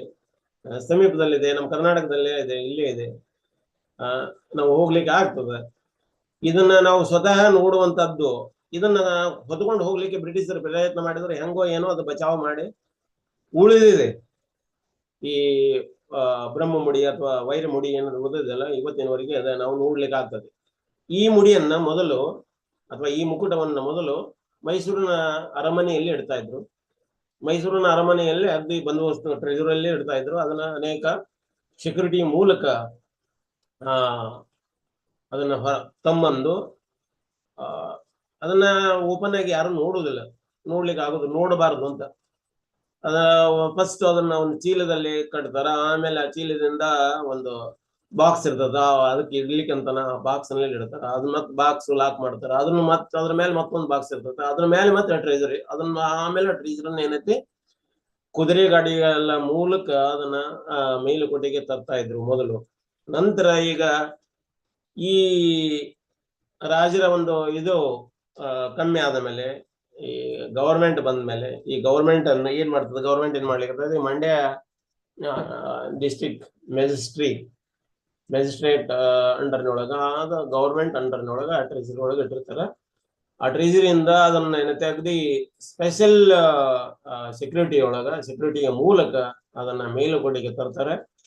ಆ ಮೇಲುಕೋಟೆಗೆ ತಂದು ಆ ಮೇಲುಕೋಟೆಯಲ್ಲಿ ಅನೇಕ ಈಗ ಸ್ಥಾನಿಕ ಆಚಾರ್ಯರು ಮತ್ತು ಸೆಕ್ಯೂರಿಟಿ ಅದರ ಮೂಲಕ ಕಣ್ಣುಗಳನ್ನು ಬಂದ್ ಮಾಡಿಕೊಂಡು ಅದನ್ನು ಓಪನ್ ಮಾಡ್ತಾರೆ. ಅದನ್ನ ನೋಡುವಂಗಿಲ್ಲ. ಅದು ಎಲ್ಲಿವರೆಗೆ ಯಾವಾಗ ನೋಡೋದಿಲ್ಲ, ಎಲ್ಲಿವರೆಗೆ ನೋಡೋಂಗಿಲ್ಲ, ಅದನ್ನ ಪರಮಾತ್ಮನ ತಲೆಗೆ ಹಾಕುವರೆಗೂ ಅದನ್ನು ನೋಡುವಂಗಿಲ್ಲ ಅಂತ. ಅದನ್ನ ನೋಡಿದ್ರೆ ಏನಾದ್ರು ಅಪಘಾತಗಳಾಗ್ತವು ಅಥವಾ ಅದರಿಂದ ಏನಾದ್ರು ದುರದೃಷ್ಟ ಒಂದು ದಶೆ ಅವರಿಗೆ ಒಲಿತೈತಿ ಅಂತ, ದುರದೃಷ್ಟ ದೃಶ್ಯ ಅವರಿಗೆ ಬೀರ್ತೈತಿ ಅನ್ನುವಂತ ಒಂದು ಕಲ್ಪನೆ. ಗವರ್ಮೆಂಟ್ ಏನ್ ಮಾಡಿತು, ಇದರದ ಬೆಲೆ ಎಷ್ಟಾಗ್ತದ, ಏನಿದೆ, ಇದನ್ನ ಅಳತೆ ಮಾಡೋಣ, ಎಲ್ಲ ಇದನ್ನ ಮಾಡೋಣ ಅಂತ ಹೇಳಿ ಅರಮನೆ ಮೂಲಕ ಅದನ್ನ ತಗೊಂಡ್ರು ಬರ್ಬೇಕಾದ್ರೆ ಅವರ ಈಗಿರುವಂತ ರಾಣಿಯವರು ಪ್ರಮೋದಾದೇವಿ ಅವರು ಏನಾದ್ರಲ್ಲ, ಅವ್ರು ಹೇಳಿದ್ರಂತೆ ಇದನ್ನ ಬೆಲೆ ಕಟ್ಟಲಾರದ್ದು, ಇದನ್ನ ಕಟ್ಲಿಕ್ಕೆ ಹೋಗ್ಬೇಡಿ. ನೀವೇನ ಕಟ್ಲಿಕ್ಕೆ ಏನಾದ್ರು ಪ್ರಯತ್ನ ಮಾಡಿದ್ರ ಅಥವಾ ಇದನ್ನ ಇದು ಮಾಡ್ಲಿಕ್ಕೆ ಅಂತಂದ್ರೆ ಇದರಿಂದ ಏನಾದ್ರು ಒಳ್ಳೇದಾಗುದಿಲ್ಲ ಅಂತ ಅವ್ರು ಹೇಳಿದ್ರು ಸಹಿತ ಗವರ್ಮೆಂಟ್ ಅವ್ರು ಕೇಳಲಿಲ್ಲ ಅಂತ. ಅದನ್ನ ತಗೊಂಡು ಬಸ್ಸಿನ ಮೂಲಕ ತಗೊಂಡು ಬರ್ಬೇಕಾದ್ರೆ ಬಸ್ ಎಲ್ಲ ಆಕ್ಸಿಡೆಂಟ್ ಆಯ್ತು, ಅನೇಕ ಮಂದಿ ಗಾಯಗೊಂಡ್ರು. ಹಿಂಗೆಲ್ಲ ಆಗಿದ್ರಿಂದ ಗವರ್ಮೆಂಟ್ ಅದನ್ನ ಆವಾಗ ಎಚ್ಚೆತ್ತುಕೊಂತು. ಅದಕ್ಕೆ ಇದನ್ನ ಏನೈತಿ ಅದನ್ನ ಏನು ಮೆಜರ್ಮೆಂಟ್ ಮಾಡ್ಲಿಕ್ಕೆ ಪ್ರಯತ್ನ ಮಾಡ್ತಾ ಇದ್ರಲ್ಲ ಅದನ್ನೆಲ್ಲ ಬಂದ್ ಮಾಡಿ ಇದು ಯಥಾಸ್ಥಿತಿ ಒಳಗ ನಡೀಲಿ ಅನ್ನುವಂಥದ್ದು ಈಗಲೂ ಕೂಡ ನಡೆಸ್ತಾ ಇದ್ದಾರೆ, ಗವರ್ಮೆಂಟ್ ಕೂಡ ನಡೆಸ್ತಾ ಇದೆ ಆ ರೀತಿ. ಈಗ ಬೇರೆ ಮುಕುಟಗಳದವಲ್ಲ, ಆ ಮುಕುಟಗಳನ್ನ ನೋಡ್ಲಿಕ್ಕೆ ಆಗ್ತದೆ. ರಾಜ ಮುಡಿ ಅಥವಾ ಕೃಷ್ಣ ಮುಡಿ, ಇನ್ನಿತರ ಮುಡಿಗಳದವಲ್ಲ ಅವನ್ನ ನೋಡ್ಲಿಕ್ಕೆ ಆಗ್ತದೆ. ಪರಮಾತ್ಮನಿಗೆ ಉಳಿದ ದಿನಗಳಲ್ಲಿ ಅದನ್ನ ಧಾರಣೆ ಮಾಡ್ತಾರ. ಅವಾಗ ನಾವು ಅದನ್ನು ಕೂಡ ಕಾಣ್ಕೊಳ್ಬಹುದು. ಹಿಂಗ ಈ ಯದುರಾಯ ಒಡೆಯರವರು ಈ ಮಂದಿರದ ಸಲುವಾಗಿ ಅನೇಕ ಸೇವೆಗಳನ್ನು ಮಾಡಿದರು. ಆ ಸೇವಾ ಮಾಡಿರುವ ದೃಷ್ಟಿಯಿಂದ ಮತ್ತೆ ಅನೇಕ ಮಂದಿರದ ಒಂದು ಸೇವೆ ಮಾಡಿರೋದ್ರಿಂದ ಅವರಿಗೆ ಆ ಮಂದಿರದಲ್ಲಿ ಒಂದು ಕಂಬದಲ್ಲಿ ಅವರು ಬಿಂಬ ಮಾಡಿದ್ದಾರೆ. ಪರಮಾತ್ಮನಿಗೆ ಅರ್ಪಣ ಆದ ಮೇಲೆ ಬದ್ರಿ ವೃಕ್ಷಕ್ಕೆ ಅರ್ಪಣ ಆಗ್ತದೆ. ಬದ್ರಿ ವೃಕ್ಷ ಅಂದ್ರೆ ನಾವು ಬಾರಿ ಮರ ಅಂತ ಏನ್ ಹೇಳಿದ್ವಲ್ಲ ಆ ರೀತಿ, ಅಂದ್ರೆ ಕ್ಷೇತ್ರ ವೃಕ್ಷ. ಅದಕ್ಕೆ ಅರ್ಪಣೆ ಆದ್ಮೇಲೆ ಅದಾದ್ಮೇಲೆ ರಾಜ ಒಡೆಯರಿಗೆ ಅರ್ಪಣೆ ಮಾಡ್ತಾರಂತೆ. ಅಂದ್ರೆ ಯದುರಾಜ ಒಡೆಯರಿಗೆ ಅದನ್ನ ಪ್ರಸಾದ ಅರ್ಪಣೆ ಮಾಡ್ತಾರೆ. ಇವತ್ತಿನವರೆಗೂ ರಾಜ ಇನ್ನೂ ಇದ್ದಾರೆ ಅನ್ನುವಂಥದ್ದೊಂದು ದೃಷ್ಟಿಯಿಂದ ಅವರಿಗೆ ಇವನ್ನೆಲ್ಲ ಸೇವೆಗಳನ್ನು ಇವತ್ತಿನವರೆಗೂ ಮಾಡ್ತಾ ಇದ್ದಾರೆ. ಮೊದಲು ಈಗ ರಂಗನಾಥಜಿ ಆಗ್ಲಿ, ರಂಗನಾಥಿಯ ಉತ್ಸವ ಮೂರ್ತಿ ಮತ್ತೆ ತಿರುಪತಿಯ ಉತ್ಸವ ಮೂರ್ತಿಗಳು ಕೂಡ ಮೊದಲು ಮೇಲುಕೋಟೆಯಲ್ಲೇ ಇದ್ವು. ಅಂದ್ರೆ ಆವಾಗಿನ ಟೈಮ್ನಲ್ಲಿ ಇವರೆಲ್ಲ ಅಟ್ಯಾಕ್ ಮಾಡಿದ್ರಲ್ಲ, ಆ ಅಟ್ಯಾಕ್ ಮಾಡಿದ್ರಿಂದ ಅದನ್ನು ಬಚಾವ್ ಮಾಡ್ಲಿಕ್ಕೆ ಅದನ್ನ ಅಲ್ಲಿಂದ ತೊಗೊಂಬಂದು ಸುರಕ್ಷಿತ ಸ್ಥಾನದಲ್ಲಿ ಇಡಬೇಕನ್ನುವಂತ ಉದ್ದೇಶದಿಂದ ಮೇಲುಕೋಟೆಯಲ್ಲಿ ಮತ್ತೆ ಅದು ನಿತ್ಯ ಪೂಜೆನೂ ಮಾಡ್ಬೇಕಲ್ಲ, ಆ ಪೂಜೆಗೊಳ್ಳಿ ಅನ್ನುವಂತ ಉದ್ದೇಶ ಸಲುವಾಗಿ ಅವನ ಉತ್ಸವ ಮೂರ್ತಿಗಳನ್ನೇನು ಈ ಮೇಲುಕೋಟೆಯ ಚೆಲುವನಾರಾಯಣ ಮಂದಿರದಲ್ಲಿ ಅದನ್ನು ಸುರಕ್ಷಿತವಾಗಿ ಪೂಜಾ ದೃಷ್ಟಿಯಿಂದನೂ ಅವರಿಗೆ ಅದನ್ನ ಪೂಜೆ ಸಲ್ಲಿಸ್ತಾ ಇದ್ರು. ನಂತರ ಕ್ರಮೇಣ ಮತ್ತೆ ಏನೈತಿ ಅವನ್ನ ಆಯಾ ಜಾಗಗಳಿಗೆ ಶಿಫ್ಟ್ ಮಾಡಿದ್ರು. ಹಿಂಗ ಮೇಲುಕೋಟೆ ಅನ್ನೋದು ಇದು ಭೌತಿಕ ಜಗತ್ತ ವೈಕುಂಠ. ಇದು ಯಥಾಸ್ಥಿತಿ ವೈಕುಂಠವನ್ನು ಇಲ್ಲಿ ಕೆಳಗಿಳಿಸಿದ್ರು ಅಂತ. ವ್ಯೋಮ ಜಗತ್ತಿನಿಂದ ವ್ಯೋಮ ವೈಕುಂಠದಿಂದ ಭೌಮ ವೈಕುಂಠನ ತಂದು ನಿಲ್ಲಿಸಿದ್ರು ಅಂತ ಪರಮಾತ್ಮ. ಹಿಂಗ ಪರಮಾತ್ಮ ಏನ್ ಮಾಡಿದ್ರು, ತಮ್ಮ ತಮ್ಮ ಆಭರಣಗಳಿಗೂ ಕೂಡ, ಈಗ ನಾವು ಆಧ್ಯಾತ್ಮಿಕ ಜಗತ್ತಿನಲ್ಲಿ ಆಯಾ ಆಭರಣಗಳಿಗೂ ಕೂಡ ಜೀವ ಇದೆ, ಅಂದ್ರ ಮೂಲ ರೂಪ ಉಂಟು ಅವರು. ಈಗ ಮುಕುಟ ಆದ್ರೂ ಕೂಡ ಅದು ಮೂಲ ರೂಪ, ಅವ್ರದ್ದು ಒಂದು ಉಂಗುರ ಆದ್ರೂ ಕೂಡ ಅದಕ್ಕೆ ಸ್ವರೂಪ ಇರ್ತದೆ, ಅದಕ್ಕೆ ಜೀವ ಇರ್ತದೆ ಅಂತ. ಬೇರೆ ಬೇರೆ ವಸ್ತುಗಳಿಗೂ ಪರಮಾತ್ಮ ಏನೆಲ್ಲ ಉಪಯೋಗ ಮಾಡ್ತಾರ, ಅವು ಬೇರೆ ಬೇರೆ ಇದರ ಮೂಲಕ, ಸ್ವರೂಪದ ಮೂಲಕ ಪರಮಾತ್ಮನಿಗೆ ಸೇವೆ ಸಲ್ಲಿಸ್ತಾವ. ಹಂಗ ಈ ಮುಡಿ ಅನ್ನೋದೇನೈತಲ್ಲ, ಪರಮಾತ್ಮನ ಸೇವೆ ಸಲ್ಲಿಸ್ತಾ ಇದ್ರು. ಹಿಂಗ ಅವರಿಗೆ ಧಾರಣ ಮಾಡಿ ಬ್ರಹ್ಮೋತ್ಸವದಲ್ಲಿ ಪರಮಾತ್ಮ ಓಡಿ ಭಕ್ತರಿಗೆ ಕಾಣ್ಲಿ ಅಂತ ಬರ್ತಾರೆ. ಅದು ಅರ್ಧ ಚಂದ್ರಾಕೃತಿ ಒಳಗಿರುವಂತ ಅದರ ನಡುವೆ ಈ ಮುಕುಟವನ್ನ ಇರ್ತದೆ. ಅದು ಕಮ್ಸೆ ಕಮ್ ಅಂದ್ರೆ ಅಲ್ಲಿ ಅವ್ರು ಭಕ್ತರು ಒಬ್ರು ಹೇಳಿದ್ರು ನಮಗೆ, 32 kg ಬಂಗಾರದ ಒಂದು ಅರ್ಧ ಚಂದ್ರಾಕೃತಿ ಒಳಗಿರುವಂತ ಅವರು ಈ ಮುಕುಟದ ನಡುವೆ ಅರ್ಧ ಮುಕುಟದ ಸರೌಂಡಿಂಗ್ ಏರಿಯಾದೊಳಗ ಅರ್ಧ ಚಂದ್ರಾಕೃತಿ ಇದೆ. ಅರ್ಧ ಚಂದ್ರಾಕೃತಿ ಇರುವಂತದ್ದು ಏನದ ಇದೆಲ್ಲ ಪೂರ ಬಂಗಾರದ. ಆ ಬಂಗಾರ 32 kg ಬಂಗಾರದಂತೆ.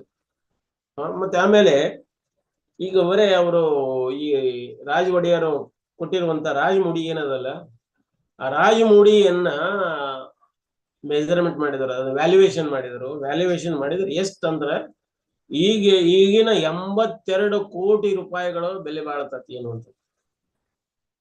ಈಗ ಅದು ರಾಜಮುಡಿ 82 ಕೋಟಿ ರೂಪಾಯಿಗಳನ್ನು ಬೆಲೆ ಬಾಳುವಂಥದ್ದು. ಇನ್ನು ವೈರಮುಡಿ ಎಷ್ಟು ಕೋಟಿ ಅದನ್ನ ಲೆಕ್ಕ ಹಾಕ್ಲಿಕ್ಕೆ ಆಗುದಿಲ್ಲ. ಇದು ವೈರಮುಡಿಯ ಒಂದು ಬೆಲೆ ಕಟ್ಟಲಾರದ ವಸ್ತು. ಅದು ಈ ಬೆಲೆ ಕಟ್ಟಲಾರದ ವಸ್ತು ವೈರಮುಡಿ.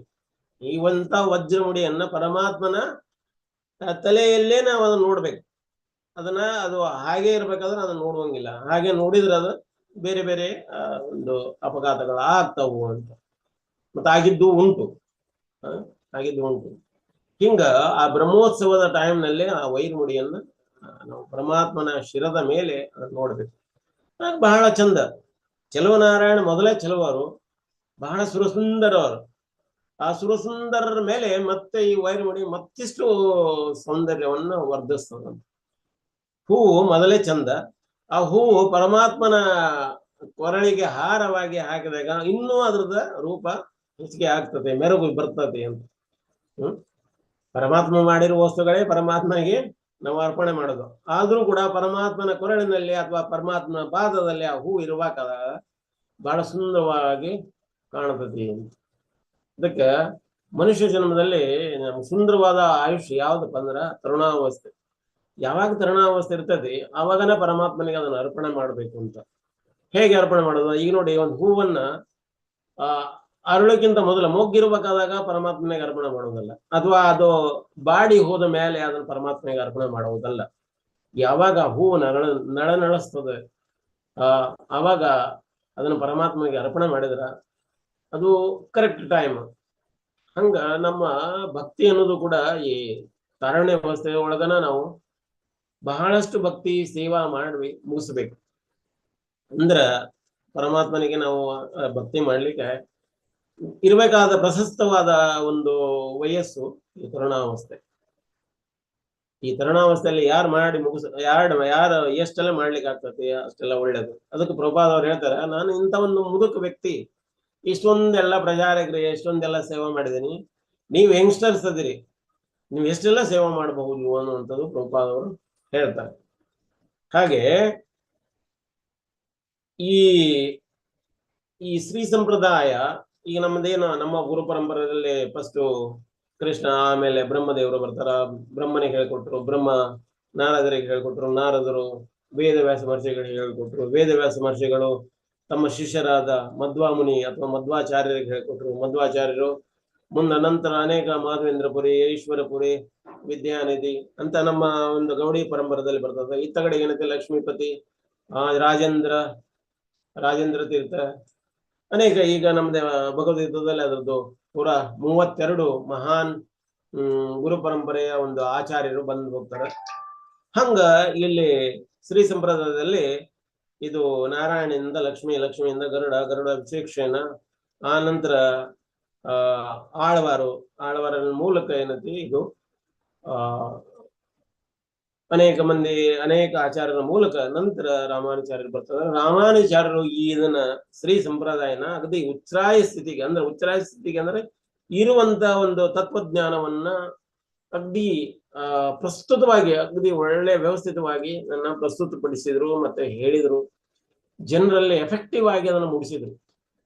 ಆ ಟೈಮ್ನಲ್ಲಿ ಈ ಜಾತಿವಾದ ಬಹಳ ಜೋರಾಗಿತ್ತು. ಅಂತ ಜಾತಿವಾದವನ್ನ ಮೀರಿ ಎಲ್ಲರಿಗೂ ಮಂದಿರದಲ್ಲಿ ಬರುವಂತ ಅವಕಾಶ, ಯಾರಾದ್ರೂ ಭಕ್ತರು ಯಾರಾದ್ರೂ ಆಗ್ಲಿ ಅವರೆಲ್ಲ ಭಕ್ತರಾಗ್ಲಿಕ್ಕೆ ಅವ್ರಿಗೆ ಚಾನ್ಸ್ ಕೊಟ್ರು.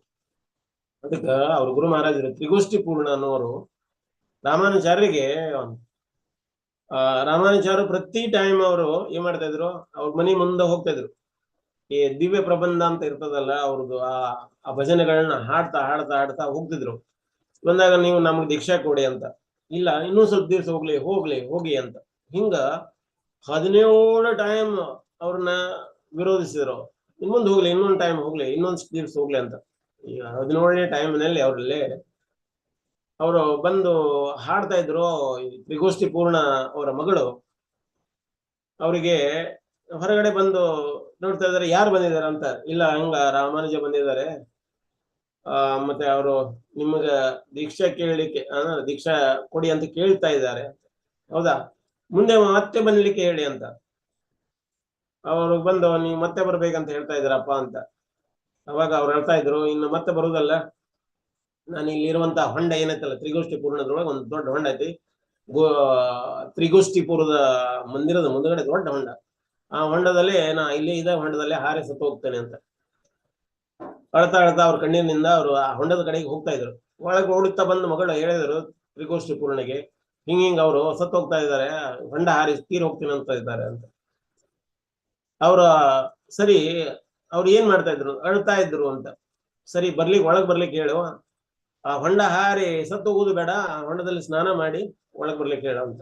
ಹೋಗಿ ಅವರು ಜೋರಾಗಿ ಮಗಳು ಕೂಗಿ ಹೇಳ್ತಾಳೆ, ನೀವು ಹೊಂಡ ಹಾರೋದು ಬೇಡ, ಸ್ನಾನ ಮಾಡಿಕೊಂಡು ಬನ್ನಿ ಹೊಂಡದಲ್ಲಿ, ಅಪ್ಪ ಕರಿತಾ ಇದ್ದಾರೆ ಅಂತ. ಅವ್ರಿಗೆ ಭಾರಿ ಖುಷಿ ಆಗ್ತದ. ಅಗದಿ ಕುಣಿತ ಹೋಗಿ ಸ್ನಾನ ಮಾಡಿ ಬಟ್ಟೆ ಬದಲೇ ಮಾಡ್ಕೊಂಡು ಬಂದು ಅಗದಿ ಫ್ರೆಶ್ ಆಗಿರುವಂತ ಸ್ಥಿತಿ ಒಳಗೆ ಬಂದು ಗುರುವಿನಿಗೆ ನಮಸ್ಕಾರ ಮಾಡ್ತಾರ. ನಮಸ್ಕಾರ ಮಾಡಿದ್ಮೇಲೆ ಗುರು ಅವರಿಗೆ ಗುರು ಮಂತ್ರವನ್ನ ಕೊಡುತ್ತಾರೆ. ಏನ್ ಕೊಡ್ತಾರೆ, ಕಿವಿಯಲ್ಲಿ ಅವ್ರಿಗೆ ಹೇಳ್ತಾರೆ, ಈ ಮಂತ್ರನ ಯಾರಿಗೆ ಹೇಳೋಂಗಿಲ್ಲ, ಈ ಮಂತ್ರ ಯಾರಿಗೆ ಹೇಳ್ತೀರಿ ನೀವು, ಬೇರೆದವರಿಗೆ ನಾನ್ ನಿನಗೆ ಯಾವ ರೀತಿ ಟೇಸ್ಟ್ ಮಾಡಿದ್ದೀನಿ ಆ ರೀತಿ ಎಲ್ಲರಿಗೂ ಟೇಸ್ಟ್ ಮಾಡಿ ನೀವು ಈ ಮಂತ್ರನ ಕೊಡ್ಬೇಕಾಗ್ತದೆ. ನೀವು ಹಾಗೆ ಸಾಧಾರಣವಾಗಿ ಈ ಮಂತ್ರನ ನೀವು ಕೊಟ್ರಿ, ನೀವು ನರಕನ ಅನುಭವಿಸ್ಬೇಕಾಗ್ತದೆ. ಎಷ್ಟೋ ಸಾವಿರ ಜೀವನ ಎತ್ತಬೇಕಾಗ್ತತಿ ಅಂತ ಹೇಳಿದ್ರು. ಆಯ್ತು ಅಂತ ಹೇಳಿ ಅವ್ರಿಗೆ ನಮಸ್ಕಾರ ಮಾಡಿ ಆ ತ್ರಿಗೋಷ್ಠಿ ಪೂರ್ವದ ನಾರಾಯಣನ ಗುಡಿ ಮೇಲ್ಗಡೆ ಬೆಳಿಗ್ಗೆ ಬ್ರಾಹ್ಮಿ ಮುಹೂರ್ತದಲ್ಲಿ ಎಲ್ಲರೂ ದರ್ಶನಕ್ಕೆ ಬರ್ತಾ ಇದ್ರು. ಜನರು ಬರ್ಬೇಕಾದ್ರೆ ಆ ಛತ್ ಆ ಗುಡಿಯ ಮಾಳಿಗೆಯ ಮೇಲೆ ಹತ್ತಿ ನಿಂತ್ಕೊಂಡು ಹೇಳ್ತಾರೆ, ಕೇಳಿಸಿಕೊಳ್ಳಿ ಎಲ್ಲರೂ ಕೇಳಿಸಿಕೊಳ್ಳಿ, ನನಗ ಬೀಜ ಮಂತ್ರ ಸಿಕ್ಕಿದೆ, ಗುರು ಮಂತ್ರ ಸಿಕ್ಕಿದೆ. ಗುರು ನನಗೆ ದಯಪಾಲಿಸಿದ್ದಾರೆ ಈ ಮಂತ್ರನ. ಈ ಮಂತ್ರನ ನೀವು ಉಚ್ಚಾರಣೆ ಮಾಡುವುದರಿಂದ ಪರಮಾತ್ಮನ ಹತ್ರ ಹೋಗ್ತೀರಿ, ವೈಕುಂಠಕ್ಕೆ ಹೋಗ್ತೀರಿ, ಭಗವದ್ಧಾಮಕ್ಕೆ ಹೋಗ್ತೀರಿ. ದಯವಿಟ್ಟು ಕೇಳಿಸಿಕೊಳ್ಳಿ ಅಂತ ಎಲ್ಲರೂ ಜಾಗೃತ ಆದರು. ಆ ಮಂತ್ರ ಹೇಳಲಿಕ್ಕೆ, ಓಂ ನಮೋ ನಾರಾಯಣಾಯ, ಓಂ ನಮೋ ನಾರಾಯಣಾಯ, ಓಂ ನಮೋ ನಾರಾಯಣಾಯ ಜೋರಾಗಿ ಕೂಗಿ ಹೇಳಲಿಕ್ಕೆ ಎಲ್ಲರೂ ಕೇಳಿಸ್ಕೊಂಡ್ರು. ಮೈ ಜುಮ್ ಅನಿಸ್ಲಿಕ್ಕೆ ಎಲ್ಲರೂ ಕೇಳಿಸ್ಕೊಳಕತ್ತಿದ್ರು. ಅದರೊಳಗ ತ್ರಿಗೋಷ್ಠಿ ಪೂರ್ಣನ ಇನ್ನೂ ಅನೇಕ ಶಿಷ್ಯರಿದ್ರು, ಅವರೆಲ್ಲರೂ ಕೇಳಿಸ್ಕೊಂಡ್ರು. ಅವ್ರು ಬಂದು ಗುರಿಗೆ ಹೇಳಿದ್ರು, ನೀವು ಕೊಟ್ಟಿರುವಂತ ಮಂತ್ರನ ರಾಮಾನುಜ ಏನ್ ಮಾಡ್ಲಿಕ್ಕತ್ತಾರೋ ಎಲ್ಲರಿಗೂ ಕೇಳಿಸ್ತಾ ಇದ್ದಾರೆ ಅಂತ. ಎಲ್ಲರಿಗೂ ಕೇಳಿಸ್ತಾ ಇದ್ದಾರೆ ಅಂತ. ಅವ್ರ ಗುರು ಓಡ್ತಾ ಬಂದು ಏನ್ ಮಾಡ್ತಾ ಇದ್ದಾರೆ ರಾಮಾನುಜ, ನೀವ್ ಮಾಡಿರೋದ್ರಿಂದ ಇದು ನರಕಕ್ಕೆ ಹೋಗ್ಬೇಕಾಗ್ತದೆ, ನೀವು ನರಕಕ್ಕೆ ಹೋಗ್ಬೇಕಾಗ್ತದೆ, ನಾ ಆಲ್ರೆಡಿ ನಿಮ್ಗೆ ಹೇಳಿದ್ದಾಯ್ತು ಅಂತ ಹೇಳಿ ಇದನ್ನ ನಿಮ್ಮ ಮಂತ್ರ ಕೊಟ್ಟಿದ್ದೆ ಅಂತ. ರಾಮಾನುಚಾರ್ಯ ಬಂದು ಉದೋಗ ನಮಸ್ಕಾರ ಮಾಡಿ ಗುರುಗೆ ಹೇಳ್ತಾರೆ, ಗುರುಗಳೇ, ಇಷ್ಟೆಲ್ಲ ಇರುವಂತ ಈ ಜನರು ಭಗವದ್ಧಾಮಕ್ಕ ವೈಕುಂಠಕ್ಕೆ ಹೋಗ್ತಾರ ಅನ್ನೋಂಗಾದ್ರ ನಾನೊಬ್ಬ ನರಕಕ್ಕೆ ಹೋಗಿ ಈ ನರಕದ ಒಂದು ಶಿಕ್ಷೆ ಅನುಭವಿಸ್ಲಿಕ್ಕೆ ನಾನು ರೆಡಿ ಇದ್ದೀನಿ. ನಾನು ಅದಕ್ಕೆ ಏನ್ ಶಿಕ್ಷೆ ಆಗ್ತದ ನಾ ಶಿಕ್ಷೆ ಸ್ವೀಕಾರ ಮಾಡ್ಲಿಕ್ಕೆ ರೆಡಿ ಇದ್ದೀನಿ. ಇವ್ರಿಷ್ಟೆಲ್ಲ ಜನ ಭಗವದ್ಧಾಮಕ್ಕೆ ಹೋಗ್ತಾ ಇದ್ದಾರೆ. ಆ ಖುಷಿ ನನ್ಗೆ ಬಹಳ ಇದೆ ಅಂತ. ಅವ್ರು ತ್ರಿಗೋಷಿ ಪೂರ್ಣ ಅವರು ಏನ್ ಮಾಡ್ತಾರೆ, ಉದೋಕ್ ಅವರು ಅವ್ರನ್ನ ಬಿಗಿ ತಪ್ಪಿಕೊಳ್ತಾರ. ಅವ್ರಿಗೆ ನೀನು ನನ್ನ ಶಿಷ್ಯ ಅಲ್ಲ ಮಾರಾಯ, ನೀನ್ ನನ್ನ ಗುರು ಅಂತ ಹೇಳಿ ಅವ್ರ ಕಣ್ಣೀರ್ ತೆಗಿತಾರೆ. ಎಷ್ಟೊಂದು ಕರುಣಾಭಾವ. ಅದೇ ರೀತಿ ನಾವು ನೋಡ್ತೇವೆ, ಪ್ರಹ್ಲಾದ ಮಹಾರಾಜರು ಏನ್ ಮಾಡ್ತಾರೆ, ಎಲ್ಲರಿಗೂ ಇದನ್ನ ಪ್ರಚಾರ ಮಾಡ್ಬೇಕು ಅಂತ ಆ ಭಾವನ ಇಲ್ಲಿ ಪ್ರಕಟ ಮಾಡ್ತಾರೆ. ಪ್ರಭುಪಾದವರು, ನಾವು ಪ್ರಭುಪಾದವ್ರು ನೋಡ್ತೇವೆ. ಪ್ರಭುಪಾದವರು ಅವರು ಹರೇ ಕೃಷ್ಣ ಮಹಾಮಂತ್ರನ ಅವ್ರ ಗುರುಗಳಿಂದ ಭಕ್ತಿ ಸಿದ್ಧಾಂತ ಠಾಕೂರ್ ಅವ್ರ ಮೂಲಕ ಇದನ್ನ ತಗೊಂಡು ಅವ್ರು ತಾವೇ ಜಪ ಮಾಡಿದ ಸುಮ್ಮನೆ ಕುತ್ಕೊಳ್ಬಹುದಾಯ್ತು ಬೃಂದಾವನದಾಗ. ಆದ್ರೆ ಅವ್ರು ಕುತ್ಕೊಳ್ಳಿಲ್ಲ. ಪ್ರಭುಪಾದವ್ರು ಏನ್ ಮಾಡಿದ್ರು, ಅವರಲ್ಲಿ ಬರ್ನಿಂಗ್ ಕಂಪ್ಯಾಷನ್, ಒಳಗ ಅವ್ರಿಗೆ ಇಷ್ಟೊಂದು ಕರುಣಾ ಹೃದಯ ಇತ್ತು. ಪ್ರಭುಪಾದವರು ತಮ್ಮ 70ನೇ ವಯಸ್ಸಿನೊಳಗೆ ಅಮೆರಿಕಕ್ಕೆ ಹೋಗ್ತಾರೆ. ಹೋಗಿ ಅಷ್ಟೆಷ್ಟೆಲ್ಲ ಹೋಗ್ಬೇಕಾದ್ರೆ ಹಡಗ್ನಲ್ಲಿ ಅವ್ರಿಗೆ ಹಾರ್ಟ್ ಅಟ್ಯಾಕ್ ಆಗ್ತದೆ. 3 ಹಾರ್ಟ್ ಅಟ್ಯಾಕ್ ಆಗ್ತದೆ. ಅಷ್ಟೊಂದು ಕಷ್ಟದ ಒಂದು ಸ್ಥಿತಿ ಒಳಗಿಂದನೂ ಪರಮಾತ್ಮನ ಸ್ಮರಣೆಯನ್ನು ಮಾಡೋದು ಬಿಡ್ಲಿಲ್ಲ. ಪರಮಾತ್ಮನ ಏನಾದ್ರೂ ಮಾಡೋದು, ನನ್ನ ಗುರು ಕೊಟ್ಟಿರುವಂತ ಈ ಸೇವೆ ಮಾಡ್ಲಿಕ್ಕೆ ನಾ ಪ್ರಯತ್ನ ಮಾಡ್ತೇನೆ. ತೇಲಿಸು ಅಥವಾ ಮುಳುಗಿಸು. ಈ ಹಡಗದಲ್ಲಿ ಹೋಗ್ತಾ ಇದೀವಿ, ಈ ಹಡಗ್ ಮುಳುಗ್ತೈತಿ. ಅದು ಮುಳುಗುವಂತ ಒಂದು ಸ್ಥಿತಿ ಒಳಗೂ ಇತ್ತು ಹಡಗ. ಅವ್ರದ್ದು ಅದ್ರ ಕ್ಯಾಪ್ಟನ್, ಅದ್ರ ಕಪ್ತಾನ್ ಹೇಳ್ತಾರೆ, ನನ್ನ ಹಡಗ್ ಮುಳುಗುವಂತದಿತ್ತು, ಇದು ಹೇಗೆ ಅಮೆರಿಕ ಬಂದು ತಲುಪ್ತು, ಅದು ನನಗೆ ವಿಚಿತ್ರ ಅನಿಸ್ತದ. ಆ ನಂತರ ಅವ್ರಿಗೆ ರಿಲೈಸ್ ಮಾಡ್ತಾರ, ನನ್ನ ಈ ಹಡಗಿನಲ್ಲಿ ಒಬ್ರು ಮಹಾತ್ಮರು ಇದ್ದಾರೆ, ಮಹಾನ್ ವ್ಯಕ್ತಿ ಇದ್ದಾರೆ. ಯಾರು ಅಂದ್ರೆ ಪ್ರಭುಪಾದವರು. ಆ ಪ್ರಭುಪಾದವ್ರ ಮೂಲಕ ಈ ಹಡಗ ಅಮೆರಿಕ ಬಂದು ನೋಡಿತ್ತು ಅಂತ. ಪ್ರಭುಪಾದವರು ಕೃಷ್ಣನಲ್ಲಿ ಪ್ರಾರ್ಥನೆ ಮಾಡ್ತಾರೆ, ನೀ ತೇಲ್ಸಪ್ಪ, ಮುಳುಗಿಸು, ನೀ ಏನಾರ ಮಾಡು ಅಂದಾಗ ಚಿಂತೆ ಮಾಡ್ಬೇಡ ನೀನು. ಪ್ರಭುಪಾದವರಿಗೆ ಪರಮಾತ್ಮ ಹೇಳ್ತಾರೆ, ಚಿಂತೆ ಮಾಡ್ಬೇಡ, ಇದನ್ನ ನಡೆಸುವಂತ ಕ್ಯಾಪ್ಟನ್ ಏನದೇನು ನಾನಾದೇನೆ, ಈ ಹಡಗನ್ನ ನಾನು ತಗೊಂಡು ಹೋಗ್ತೇನೆ ಅಂತ. ನಿಜವಾದ ಕ್ಯಾಪ್ಟನ್ ಯಾರು? ಈ ಭೌತಿಕ ಜಗತ್ತಿನಿಂದ ಈ ಎಲ್ಲವನ್ನ ಭೌತಿಕ ಸಾಗರದಿಂದ ಮೇಲೆ ಎತ್ಕೊಂಡು ಹೋಗೋರು ಯಾರಪ್ಪ ಅಂತ ಭಗವಾನ್. ಅದೇ ರೀತಿ ಈ ಸಾಗರದೊಳಗ ಪ್ರಭುಪಾದವರ ಹಡಗಿನ ಮೂಲಕ ಹೋಗ್ತಾ ಇರ್ಬೇಕಾದ್ರೆ ಅದರದ್ದು ಆಕ್ಚುಲಿ ಅದನ್ನ ನಡೆಸಿರುವಂತ ಹಡಗ ನಡೆಸುವಂತ ಒಂದು ಇದನ್ನು ಪರಮಾತ್ಮ ಜವಾಬ್ದಾರಿ ತಗೊಳ್ತಾರೆ. ಅವ್ರನ್ನ ಅಮೆರಿಕಕ್ಕೆ ಹೋಗಿ ಮುಟ್ಟಿಸ್ತಾರೆ. ಯಾವಾಗ ನಾವು ಗುರುವಿಗೆ ಅಷ್ಟು ಶರಣಾಗತಿ ಅನ್ನೋದಿತ್ತು ಅಂದ್ರೆ ಪರಮಾತ್ಮ ಅದನ್ನ ಸ್ವೀಕಾರ ಮಾಡ್ತಾರೆ. ಅಷ್ಟು ಸ್ವೀಕಾರ ಮಾಡ್ತಾರೆ. ಇಲ್ಲಿ ನಾವು ಪಂಡರಾಪುರದ ಪಂಡರಿನಾಥ ಕಾಯ್ತಾ ಇದ್ದಾರೆ. ಯಾಕೆ ಕಾಯ್ತಾ ಇದಾರೆ? ಅವ್ರಿಗೆ ವಿಠ್ಠಲ ಅಂತ ಕರೀತಾರೆ. ವಿಠ್ಠಲ ಅಂದ್ರ ವಿಠೋಬ, ವಿಠ್ಠಲ ಅಂತ ಕರೀತಾರೆ. ವಿಠೋಬ, ವಿಠ್ಠಲ. ವಿಠ್ಠಲ ಅಂದ್ರೆ ಏನು? ವೀಟ ಅಂದ್ರ ಇಟ್ಟಿಗೆ, ಕನ್ನಡದಲ್ಲಿ ಇಟ್ಟಿಗೆ. ಈ ಪುಂಡರೀಕಾಕ್ಷ ಏನದಾರಲ್ಲ ಅವ್ರ ಭಕ್ತರು, ಅವರು ಪರಮಾತ್ಮನ ಸೇವಾ ಮಾಡ್ತಾ ಇರ್ಲಿಲ್ಲ. ಮೊದ್ಲು ಪರಮಾತ್ಮನ ಸೇವಾ ಮಾಡ್ತಾ ಇದ್ರು, ಒಳ್ಳೆ ರೀತಿ ಸೇವಾ ಮಾಡ್ತಿದ್ರು. ಆದ್ರೂ ತಂದೆ ತಾಯಿಗಳು ಸೇವಾ ಮಾಡ್ತಾ ಇರ್ಲಿಲ್ಲ. ಕೊನೆಗೆ ಅವ್ರ ಗುರುಗಳು ಅವ್ರಿಗೆ ಹೇಳಿದ್ರಂತೆ, ತಂದೆ ತಾಯಿಗಳು ಕೂಡ ಸೇವಾ ಮಾಡ್ಬೇಕು, ಯಾಕಂದ್ರೆ ನೀವು ಭೌತಿಕ ಜಗತ್ತಿಗೆ ಅವರು ನಿಮ್ಮನ್ನ ತಂದಿದ್ದಾರೆ. ಅವರು ಮಹಾನ್ ಭಕ್ತರು, ಅಂತ ಮಹಾನ್ ಭಕ್ತರು ಸೇವೆ ಮಾಡೋದ್ರಿಂದ ಭಗವಾನ್ ಖುಷಿ ಆಗ್ತಾರೆ. ಆಯ್ತು ಅಂತಂದು ಅವ್ರು ಇಷ್ಟು ಸೇವಾದಲ್ಲಿ ತಂದೆ ತಾಯಿಗಳ ಸೇವೆಯಲ್ಲಿ ಮುಳುಗಿ ಹೋದ್ರು.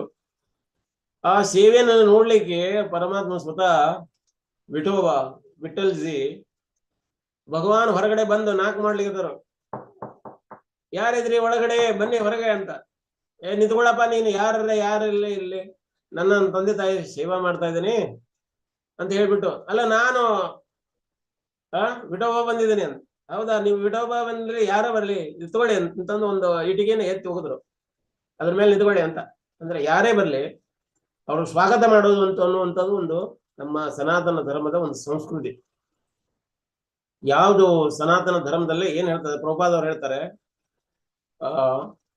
ನಿಮ್ಮ ಶತ್ರುನೇ ಬಂದ್ರು ಕೂಡ, ನಿಮ್ಮ ಮನೆಗೆ ಶತ್ರು ಕೂಡ ಬಂದ್ರು ಕೂಡ ಅವ್ರನ್ನ ಈ ರೀತಿ ಸ್ವಾಗತ ಮಾಡ್ಬೇಕು. ಅವ್ರಿಗೆ ಬಂದಾಗ ಕುತ್ಕೊಳ್ಳಿಕ್ಕೆ ಸೀಟ್ ಕೊಡ್ಬೇಕು ಒಳ್ಳೆ ರೀತಿ, ಆಮೇಲೆ ಕುಡಿಲಿಕ್ಕೆ ನೀರು ಕೊಡ್ಬೇಕು. ನೀರು ಕೊಟ್ಟು ಆಮೇಲೆ ನಿಮ್ಮ ಮನೆಯಲ್ಲಿ ಅತಿಥಿ ಸತ್ಕಾರ ಏನ್ ಮಾಡ್ಲಿಕ್ಕೆ ಆಗ್ತದೆ ಅಂದ್ರೆ ಮಾಡ್ಬೇಕು. ಏನೂ ಮಾಡ್ಲಿಕ್ಕೆ ಆಗ್ಲಿಲ್ಲ ಅಂದ್ರೆ ಅಟ್ಲೀಸ್ಟ್ ಒಂದು ಸೀಟು, ಒಂದಿಷ್ಟು ಕುಡ್ಲಿಕ್ಕೆ ನೀರು, ಒಂದು 4 ಮಾತು, ಹೇಗ್ ಬಂದ್ರಿ, ಆರಾಮಿದ್ದೀರಾ, ಏನಿದ್ದೀರಿ ಅಂತಂದ್ರೆ ಕೇಳ್ಬೇಕು ಅಂತ. ಹಿಂಗ ನಾವು ಶತ್ರುಗಳಿಗೂ ಕೂಡ ಆ ರೀತಿ ಮಾಡಿದ್ರಿಂದ ಅವರು ಶತ್ರುತ್ವವನ್ನ ಬಿಟ್ಬಿಡ್ತಾರೆ ಅಂತ. ಇದು ಪ್ರಭುಪಾದವರ ಮತ್ತೆ ಸನಾತನ ಸಂಸ್ಕೃತಿ ಇದು ನಮ್ದು. ಹಂಗ ಪರಮಾತ್ಮನಿಗೆ ಅವ್ರಿಗೇನು ಅವ್ರಿಗೆ ಹಾಸ್ಲಿಕ್ಕೆ ಏನು ಇರ್ಲಿಲ್ಲ, ಅವ್ರಿಗೆ ಕೊಡ್ಲಿಕ್ಕೆ ಏನು ಇರ್ಲಿಲ್ಲ. ಕೈ ಪಕ್ಕಕ್ಕೆ ಒಂದು ಇಟ್ಟಿಗೆ ಇತ್ತು, ಆ ಇಟ್ಟಿಗೆನ ಎತ್ತಿ ಹೋಗಿದ್ರು, ಇದ್ರ ಮೇಲೆ ನಿಂತ್ಕೊಳ್ಳಿ ಅಂತ. ಅವ್ ಇಟ್ಟಿಗೆ ಮೇಲೆ ಇವತ್ತಿನವರೆಗೂ ಕಾಯ್ತಾ ಇದ್ದಾರೆ. ನಮ್ ಸಲುವಾಗಿ ಕಾಯ್ಲಿಕ್ಕತ್ತಾರ. ಪುಂಡರೀಕಾಕ್ಷನ ಸಲುವಾಗಿ ಅವ್ರು ಆಲ್ರೆಡಿ ಪುಂಡರೀಕಾಕ್ಷ ಅವರೆಲ್ಲ ಅವರು ಪುಂಡಲೀಕ ಅವರು ಆಲ್ರೆಡಿ ಅವರು ಭಗವದ್ಧಾಮ ಬದ್ಧ ಜೀವ ಅಲ್ಲ ಅವರು. ನಾವೆಲ್ಲ ಬದ್ಧ ಜೀವಿಗಳು. ನಮ್ ಸಲುವಾಗಿ ಪರಮಾತ್ಮ ಇವತ್ತಿನವರೆಗೂ ಕಾಯ್ತಾ ಇದೆ ಇಟ್ಟಿಗೆ ಮೇಲೆ ನಿಂತ್ಕೊಂಡು ಬಿಟ್ಟೋಗ. ಅದಕ್ಕ ಲೋಕನಾಥ ಸ್ವಾಮಿ ಮಹಾರಾಜರು ಹೇಳ್ತಾರೆ, ಇವರೆಲ್ಲ ಸೈಂಟಿಸ್ಟ್ ಎಲ್ಲ ಹೇಳ್ತಾರಂತೆ. ಏನಂತ ಹೇಳ್ತಾರೆ ಸೈಂಟಿಸ್ಟ್ಗಳು? ನಮ್ಮ ಪೂರ್ವಜರು ಯಾರಪ್ಪ ಅಂದ್ರೆ ಅಮೀಬಾ ಅಂತ. ಅಂದ್ರೆ ಏಕಕೋಶಾಣು ಜೀವಿತ್ತು ಅಮೀಬಾ. ಅವು ಬಹುಕೋಶಾಣು ಜೀವಿಗಳಾದವು. ಆಮೇಲೆ ಕಶೇರುಕ ಅಕಶೇರುಕಗಳಾದವು. ಅಂದ್ರೆ ಬೆನ್ನೆಲುಬು ಇರಲಾರದು ಅನ್ನುವಂತ ಪ್ರಾಣಿಗಳಾದವು. ಆ ಪ್ರಾಣಿಗಳು ಮೀನುಗಳಾದವು ಅಥವಾ ಕಪ್ಪೆಗಳಾದವು. ಮೀನುಗಳು ಕಪ್ಪೆಗಳಾದವು. ಕಪ್ಪೆಗಳು ದಡದಲ್ಲಿ ಬಂದು ವಾಸಿಸ್ಲಿಕ್ಕೆ, ದಡದಲ್ಲಿ ಗಿಡಗಳು ಹುಟ್ಕೊಂಡು, ಗಿಡಗಳು ಮೇಲೆ ಹಕ್ಕಿಗಳು ಆಮೇಲೆ ಮಂಗಗಳಾದವು. ಮಂಗಗಳು ಮನುಷ್ಯರಾದವು ಅಂತ. ಹಿಂಗ ಈ ಡಾರ್ವಿನ್ ಸಿದ್ಧಾಂತನ ಹೇಳ್ತಾರ. ಈ ಡಾರ್ವಿನ್ ಖುದ್ದು ಹೇಳ್ತಾನ ನನ್ನ ಸಿದ್ಧಾಂತ ಸರಿ ಇಲ್ಲ ಅಂತ. ಆದ್ರೂ ಕೂಡ ಆ ಸಿದ್ಧಾಂತನ ಇವತ್ತಿನವರೆಗೆ ನಮ್ಮ ಮಕ್ಕಳಿಗೆ ನಾವು ಓದಿಸ್ತಾ ಇದ್ದೀವಿ. ನಾವು ಮಂಗನಿಂದ ಮನುಷ್ಯರಾದ್ವಿ ಅಂತ. ಅವಾಗ ವಿವಿಧ ಭಾರತಿ ಧಾರವಾಡ ಆಕಾಶವಾಣಿಯಿಂದ ಈ ಪ್ರೋಗ್ರಾಮ್ ಬರ್ತದೆ, ಮಾನವ ವಿಕಾಸ ಸಿದ್ಧಾಂತ ಅಂತ ಒಂದು ಪ್ರೋಗ್ರಾಮ್ ಬರ್ತಿತ್ತು. ಅವಾಗ ನಾವು SLC ಇದ್ವಿ. SLC ಓದ್ತಾ ಇರ್ಬೇಕಾದ್ರೆ ನಾವು ಮಧ್ಯಾಹ್ನ ಊಟಕ್ಕೆ ಮನೆಗೆ ಬಂದಾಗ ಈ ಪ್ರೋಗ್ರಾಮ್ ಬರ್ತಾ ಇತ್ತು. ರೇಡಿಯೋದಿಂದ ಕೇಳಿಸ್ಕೊಳ್ತಿದ್ವಿ. ನಮ್ಗೆ ಬಹಳ ಖುಷಿ ಆಗ್ತಿತ್ತು. ನಮ್ಮ ಸ್ಟಡಿಗಿನೂ ಇತ್ತು ಅದು ಆ ಸಬ್ಜೆಕ್ಟ್. ಮತ್ತೆ ಅದ್ರ ಜೊತೆಗೆ ಇದು ರೇಡಿಯೋದಲ್ಲಿ ಬರ್ತಾ ಇರೋದ್ರಿಂದ ನಮ್ಗೆ ಬಹಳ ಖುಷಿ ಕೇಳಿಸ್ಕೊಳ್ಳಾಗತ್ತೆ. ಕೊನೆಗೆ ಅವ್ರು ಏನ್ ಮಾಡ್ತಿದ್ರು, ನಿಮ್ಗೆ ಏನಾದ್ರು ಪ್ರಶ್ನೆಗಳಿದ್ರೆ ನೀವು ಬರೆದಿ ಕಳಿಸಿ, ಅದನ್ನ ನಾವು ಆಕಾಶವಾಣಿಯಲ್ಲಿ ಪ್ರಸ್ತುತ ಮಾಡ್ತೀವಿ ಅಂತ. ನಾನೊಂದು ಪ್ರಶ್ನೆ ಬರೆದು ಕಳಿಸಿದೆ, ಮಂಗ್ಯ ಆದ್ಮೇಲೆ ಮತ್ತೆ ಏನಾದ್ರು ಅಂತ, ಮತ್ತೆ ಅಮೀಬಾಕ್ಕಿಂತ ಮೊದಲು ಏನಿತ್ತು ಅಂತ ಪ್ರಶ್ನೆ ಹಿಂಗ್ ಕೇಳಿದ್ದಾನೆ. ಅಥವಾ ಮನುಷ್ಯರ ಈಗ ಹಿಂಗ ವಿಕಾಸ ಆಗ್ತಾ ಅಂತ ಹೇಳ್ತಾರಲ್ಲ. ನನ್ನ ಅಪ್ಪನ ಕೇಳಿದೆ, ನಮ್ಮೂರಿನಲ್ಲಿ ಮಂಗಗಳು ಉಂಟು, ಬಹಳಷ್ಟು ಮಂಗಗಳುಂಟು. ನಮ್ಮ ಅಪ್ಪರ ಹೇಳಿದ್ರು, ನಾನು ಸಣ್ಣವಿರ್ಬೇಕಾದ್ರೂ ಈ ಮಂಗಗಳಿದ್ವು. ನಮ್ಮ ಅಪ್ಪರ ಏನ್ ಮಾಡಿದ್ರು, ಅವ್ರ ಅಪ್ಪರನ್ನ ಕೇಳಿದ್ರು, ಅಂದ್ರೆ ಅಜ್ಜನ ಕೇಳಿದ್ರಂತೆ. ಅವಾಗ ಮಂಗಗಳಿದ್ವು. ನಮ್ಮ ಅಜ್ಜ ಏನ್ ಮಾಡಿದ್ರು, ಅವ್ರ ಅಜ್ಜನ ಕೇಳಿದ್ರು, ಅವಾಗೂ ಕೂಡ ಮಂಗಗಳಿದ್ವು. ಕಮ್ಸೆ ಕಮ್ ಒಂದು 500 ವರ್ಷದ ಇತಿಹಾಸ ತೆಗೆದಾಗನು ಕೂಡ ಮಂಗಗಳು ನಮ್ಮ ಊರಿನಲ್ಲಿ ಇದ್ವು. 500 ವರ್ಷದಿಂದನೂ ಮಂಗಗಳ ಪ್ರಜಾತಿ ಬದಲಾಗಿಲ್ಲ, ಅಥವಾ ಎಲ್ಲಿ ಮನುಷ್ಯರಾಗುವಂತ ಆಕೃತಿಗಳು ಎಲ್ಲಿ ಕಂಡು ಬಂದಿಲ್ಲ ಅಂತ. ಈ ರೀತಿ ಇದೆ ಅಂತ ವಿವರವಾಗಿ ನಾವೊಂದು ಪ್ರಶ್ನೆನ, ಈ ಟಿಪ್ಪಣಿಯನ್ನ ಬರೆದು ಆಕಾಶವಾಣಿ ಧಾರವಾಡ ಕೇಂದ್ರಕ್ಕೆ ಹಾಕಿದ್ರು. ನಮ್ಮ ಪ್ರಶ್ನೆನ ಅವರು ಪ್ರಸಾರ ಮಾಡಿದ್ರು, ಓದಿದ್ರು. ಉತ್ತರನ ಕಾಯ್ದಿರಿಸಲಾಗಿದೆ ಅಂತ ಹೇಳಿ ಮುಂದಿನ ಒಂದು ಪ್ರೋಗ್ರಾಮ್ ನಲ್ಲಿ ಕೊಡ್ತೀವಿ ಅಂತ ಹೇಳಿ ಅದನ್ನ ನುಡಿಸ್ಕೊಂಡ್ಬಿಟ್ರು. ಆ ಉತ್ತರನ ಕೊಡ್ಲೇ ಇಲ್ಲ ಅವರು. ಮಂಗನಿಂದ ಮನುಷ್ಯರು ಹೆಂಗಾಗ್ಲಿಕ್ಕೆ ಅಂತ ವಿವರವಾಗಿ ಹೇಳಿಕ್ ಆಗ್ಲಿಲ್ಲ. ಹಿಂಗ ಡಾರ್ವಿನ್ ಸಿದ್ಧಾಂತನ ಉಲ್ಲೇಖ ಮಾಡ್ತಾರೆ. ಯಾರು? ನಮ್ಮ ಪೂರ್ವಜರು ಯಾರಪ್ಪ ಅಂದ್ರೆ ಅಮೀಬಾ ಅಂತ. ಅದಕ್ಕೆ ಲೋಕನಾಥ ಸ್ವಾಮಿ ಮಹಾರಾಜ್ ಹೇಳ್ತಾರೆ, ನಮ್ಮ ಪೂರ್ವಜರು ಅಮೀಬಾ ಅಲ್ಲ, ನಮ್ಮ ಪೂರ್ವಜರು ವಿಠೋಬಾ ಅಂತ. ಹಮಾರ ಬಾಪ್ ಅಮೀಬಾ ನೀ, ಹಮಾರ ಬಾಪ್ ವಿಠೋಬಾ. ಹಂಗ ಭಗವಾನ್ ನಮ್ಮ ತಂದೆ. ಈ ತಂದೆ ಅದವ್ರಿಗೆ ತಂದೆಯವರ ಒಂದು ಈ ಮುಕುಟದ ಬಗ್ಗೆ ಇವತ್ತಿನ ನಾವು ಪ್ರೋಗ್ರಾಮ್ದಲ್ಲಿ ವರ್ಣನೆ ಮಾಡ್ತಾ ಇದ್ವಿ. ಹಿಂಗ ಈ ಸಂಪ್ರದಾಯದಲ್ಲಿ ರಾಮಾನುಚಾರ್ಯರು ಮೇರು ಆಚಾರ್ಯರಾಗಿ ನಿಂತುಕೊಳ್ತಾರೆ. ಇದಕ್ಕಿಂತ ಮೊದಲು ಅನೇಕ ಬರೇ ರಾಮಾನುಚಾರ್ಯರ ಬಗ್ಗೆ ಅಷ್ಟೇ ಹೇಳಿದ್ರೆ ಇದು ಪರಿಪೂರ್ಣ ಆಗ್ಲಿಕ್ಕಿಲ್ಲ. ಯಾಕಂದ್ರೆ ಇದಕ್ಕಿಂತ ಮೊದಲು ಆಳ್ವಾರ ಬಂದಾರಲ್ಲ, ಒಬ್ಬರಿಗಿಂತ ಒಬ್ರು ಬಲ ಇದ್ದಾರೆ. ಈ ಆಳ್ವಾರ ಈಗ ಮೊದಲು ಬಂದಂತ ಹೊಗೈ ಆಳ್ವಾರ್ ಅಥವಾ ಹುಯ್ಯೆ ಆಳ್ವಾರ್, ಭೂತತ್ವ ಆಳ್ವಾರ್, ಮತ್ತ ಪೇ ಆಳ್ವಾರ್ ಅನ್ನೋರದಲ್ಲ, ಅವರು ಕವಿತ್ರಯರು ಅಂತ. ಅಲ್ಲಿಂದ ಅವರ ಕವಿತೆಗಳು ಅಥವಾ ಭಜನೆಗಳನ್ನು ಬರಲಿಕ್ಕೆ ಶುರು ಮಾಡಿದ್ರು ಅಂತ. ಅಲ್ಲಿಂದ ಅವರು ಈ ರೀತಿ ಅವರಿಗೆ 3 ಆಳ್ವಾರನ್ನು ಕವಿತ್ರಯರು ಅಂತ ಕರೀತಾರೆ. ಹಿಂಗ ಅದರಲ್ಲಿ ಮುಂದ ತಿರುಮಡಿ ಸೈ ಆಳ್ವಾರ್, ಮಧುರ ಕವಿ ಆಳ್ವಾರ್ ಅಂತ ಬರ್ತಾರೆ. ಈ ಮಧುರ ಕವಿಯವರು ಸ್ವಲ್ಪ ಇದ್ರ ಬಗ್ಗೆ ನಾನು ಸ್ವಲ್ಪ ಉಲ್ಲೇಖ ಮಾಡ್ತಾ ಹೋಗೋಣ. ಯಾಕೆಂದ್ರೆ ಮಧುರ ಕವಿ ಆಳ್ವಾರ್ ಅವರು ಭಾರತ ದೇಶಾದ್ಯಂತ ಊರಿಂದ ಊರಿಗೆ ಹೋಗ್ತಾ ಇದ್ರು. ಮಧುಕರ ವೃತ್ತಿ ಮಾಡ್ತಾ ಬೇರೆ ಬೇರೆ ಕಡೆಗೆ ಹೋಗಿ ಅವರು ಅಲ್ಲೆಲ್ಲ ಕುತ್ಕೊಂಡು ಈ ಕವಿತೆ ಭಜನೆಗಳನ್ನು ಬರೀತಿದ್ರು, ಆ ಭಜನೆಗಳನ್ನ ಹಾಡ್ತಾ ಇದ್ರು. ಅವರ ಹೆಸರು ಹೇಳುವಂಗ ಮಧುರ ಮಧುರ ಕವಿ ಅಂತ. ಮಧುರವಾದ ಒಂದು ಕವಿತೆಗಳನ್ನ ರಚನೆ ಮಾಡಿ ಅದನ್ನ ಏನಂತೆ ಪರಮಾತ್ಮನಿಗಾಗಿ ಹಾಡ್ತಾ ಇದ್ರು. ಹಿಂಗ ವಾರಣಾಸಿಗೆ ಹೋದ್ರು, ವಾರಣಾಸಿಯಲ್ಲಿ ನಿಂತ್ಕೊಂಡ್ರು. ವಾರಣಾಸಿಯಿಂದ ಅಯೋಧ್ಯೆಗೆ ಹೋದ್ರು. ಅಯೋಧ್ಯೆಯಲ್ಲಿ ಅವ್ರಿಗೆ ಬಹಳ ಖುಷಿ ಆಗ್ಬಿಡ್ತು. ಅಲ್ಲೇ ನಿಂತ್ಕೊಂಡ್ಬಿಟ್ರು. ನಿಂತ್ಕೊಂಡು ಅವ್ರ ಎಂತಿ ಇದನ್ನ ಭಜನೆಗಳನ್ನ ಬರೆದ್ರು, ಹಾಡ್ಲಿಗತ್ತಿದ್ರು. ಹಾಡ್ತಾ ಹಾಡ್ತಾ ಹಾಡ್ತಾ ನೋಡಿದ್ರೆ ದಕ್ಷಿಣ ದಿಶೆಯಿಂದ ಒಂದು ಲೈಟ್ ಬೀಮ್ ಅಂದ್ರೆ ಒಂದು ಕಿರಣ. ಆ ಕಿರಣ ಅಲ್ಲಿವರೆಗೆ ಕಾಣಿಸ್ತಾ ಇತ್ತು. ಅಲ್ಲೇ ಆಸ್ಪಾಸ್ ಕುಂತವ್ರು ಈ ಭಜನೆ ಕೇಳಿಕ್ ಬಂದಿರುವಂತ ಭಕ್ತರನ್ನ ಕೇಳಿದ್ರು, ನಿಮ್ಗೇನಾದ್ರು ಈ ಲೈಟ್ ಕಾಣ್ತದ ಇಲ್ಲ? ಇಲ್ಲ, ನಮ್ಗೇನು ಕಾಣೋದಿಲ್ಲ. ಹೌದಾ, ಕಾಣೋದಿಲ್ಲ. ಆ ಲೈಟ್ ಇಷ್ಟೊಂದು ಆಕರ್ಷಣ ಆಗ್ಲಿಕ್ಕತ್ತು ಮಧುರ ಕವಿ ಅವರಿಗೆ.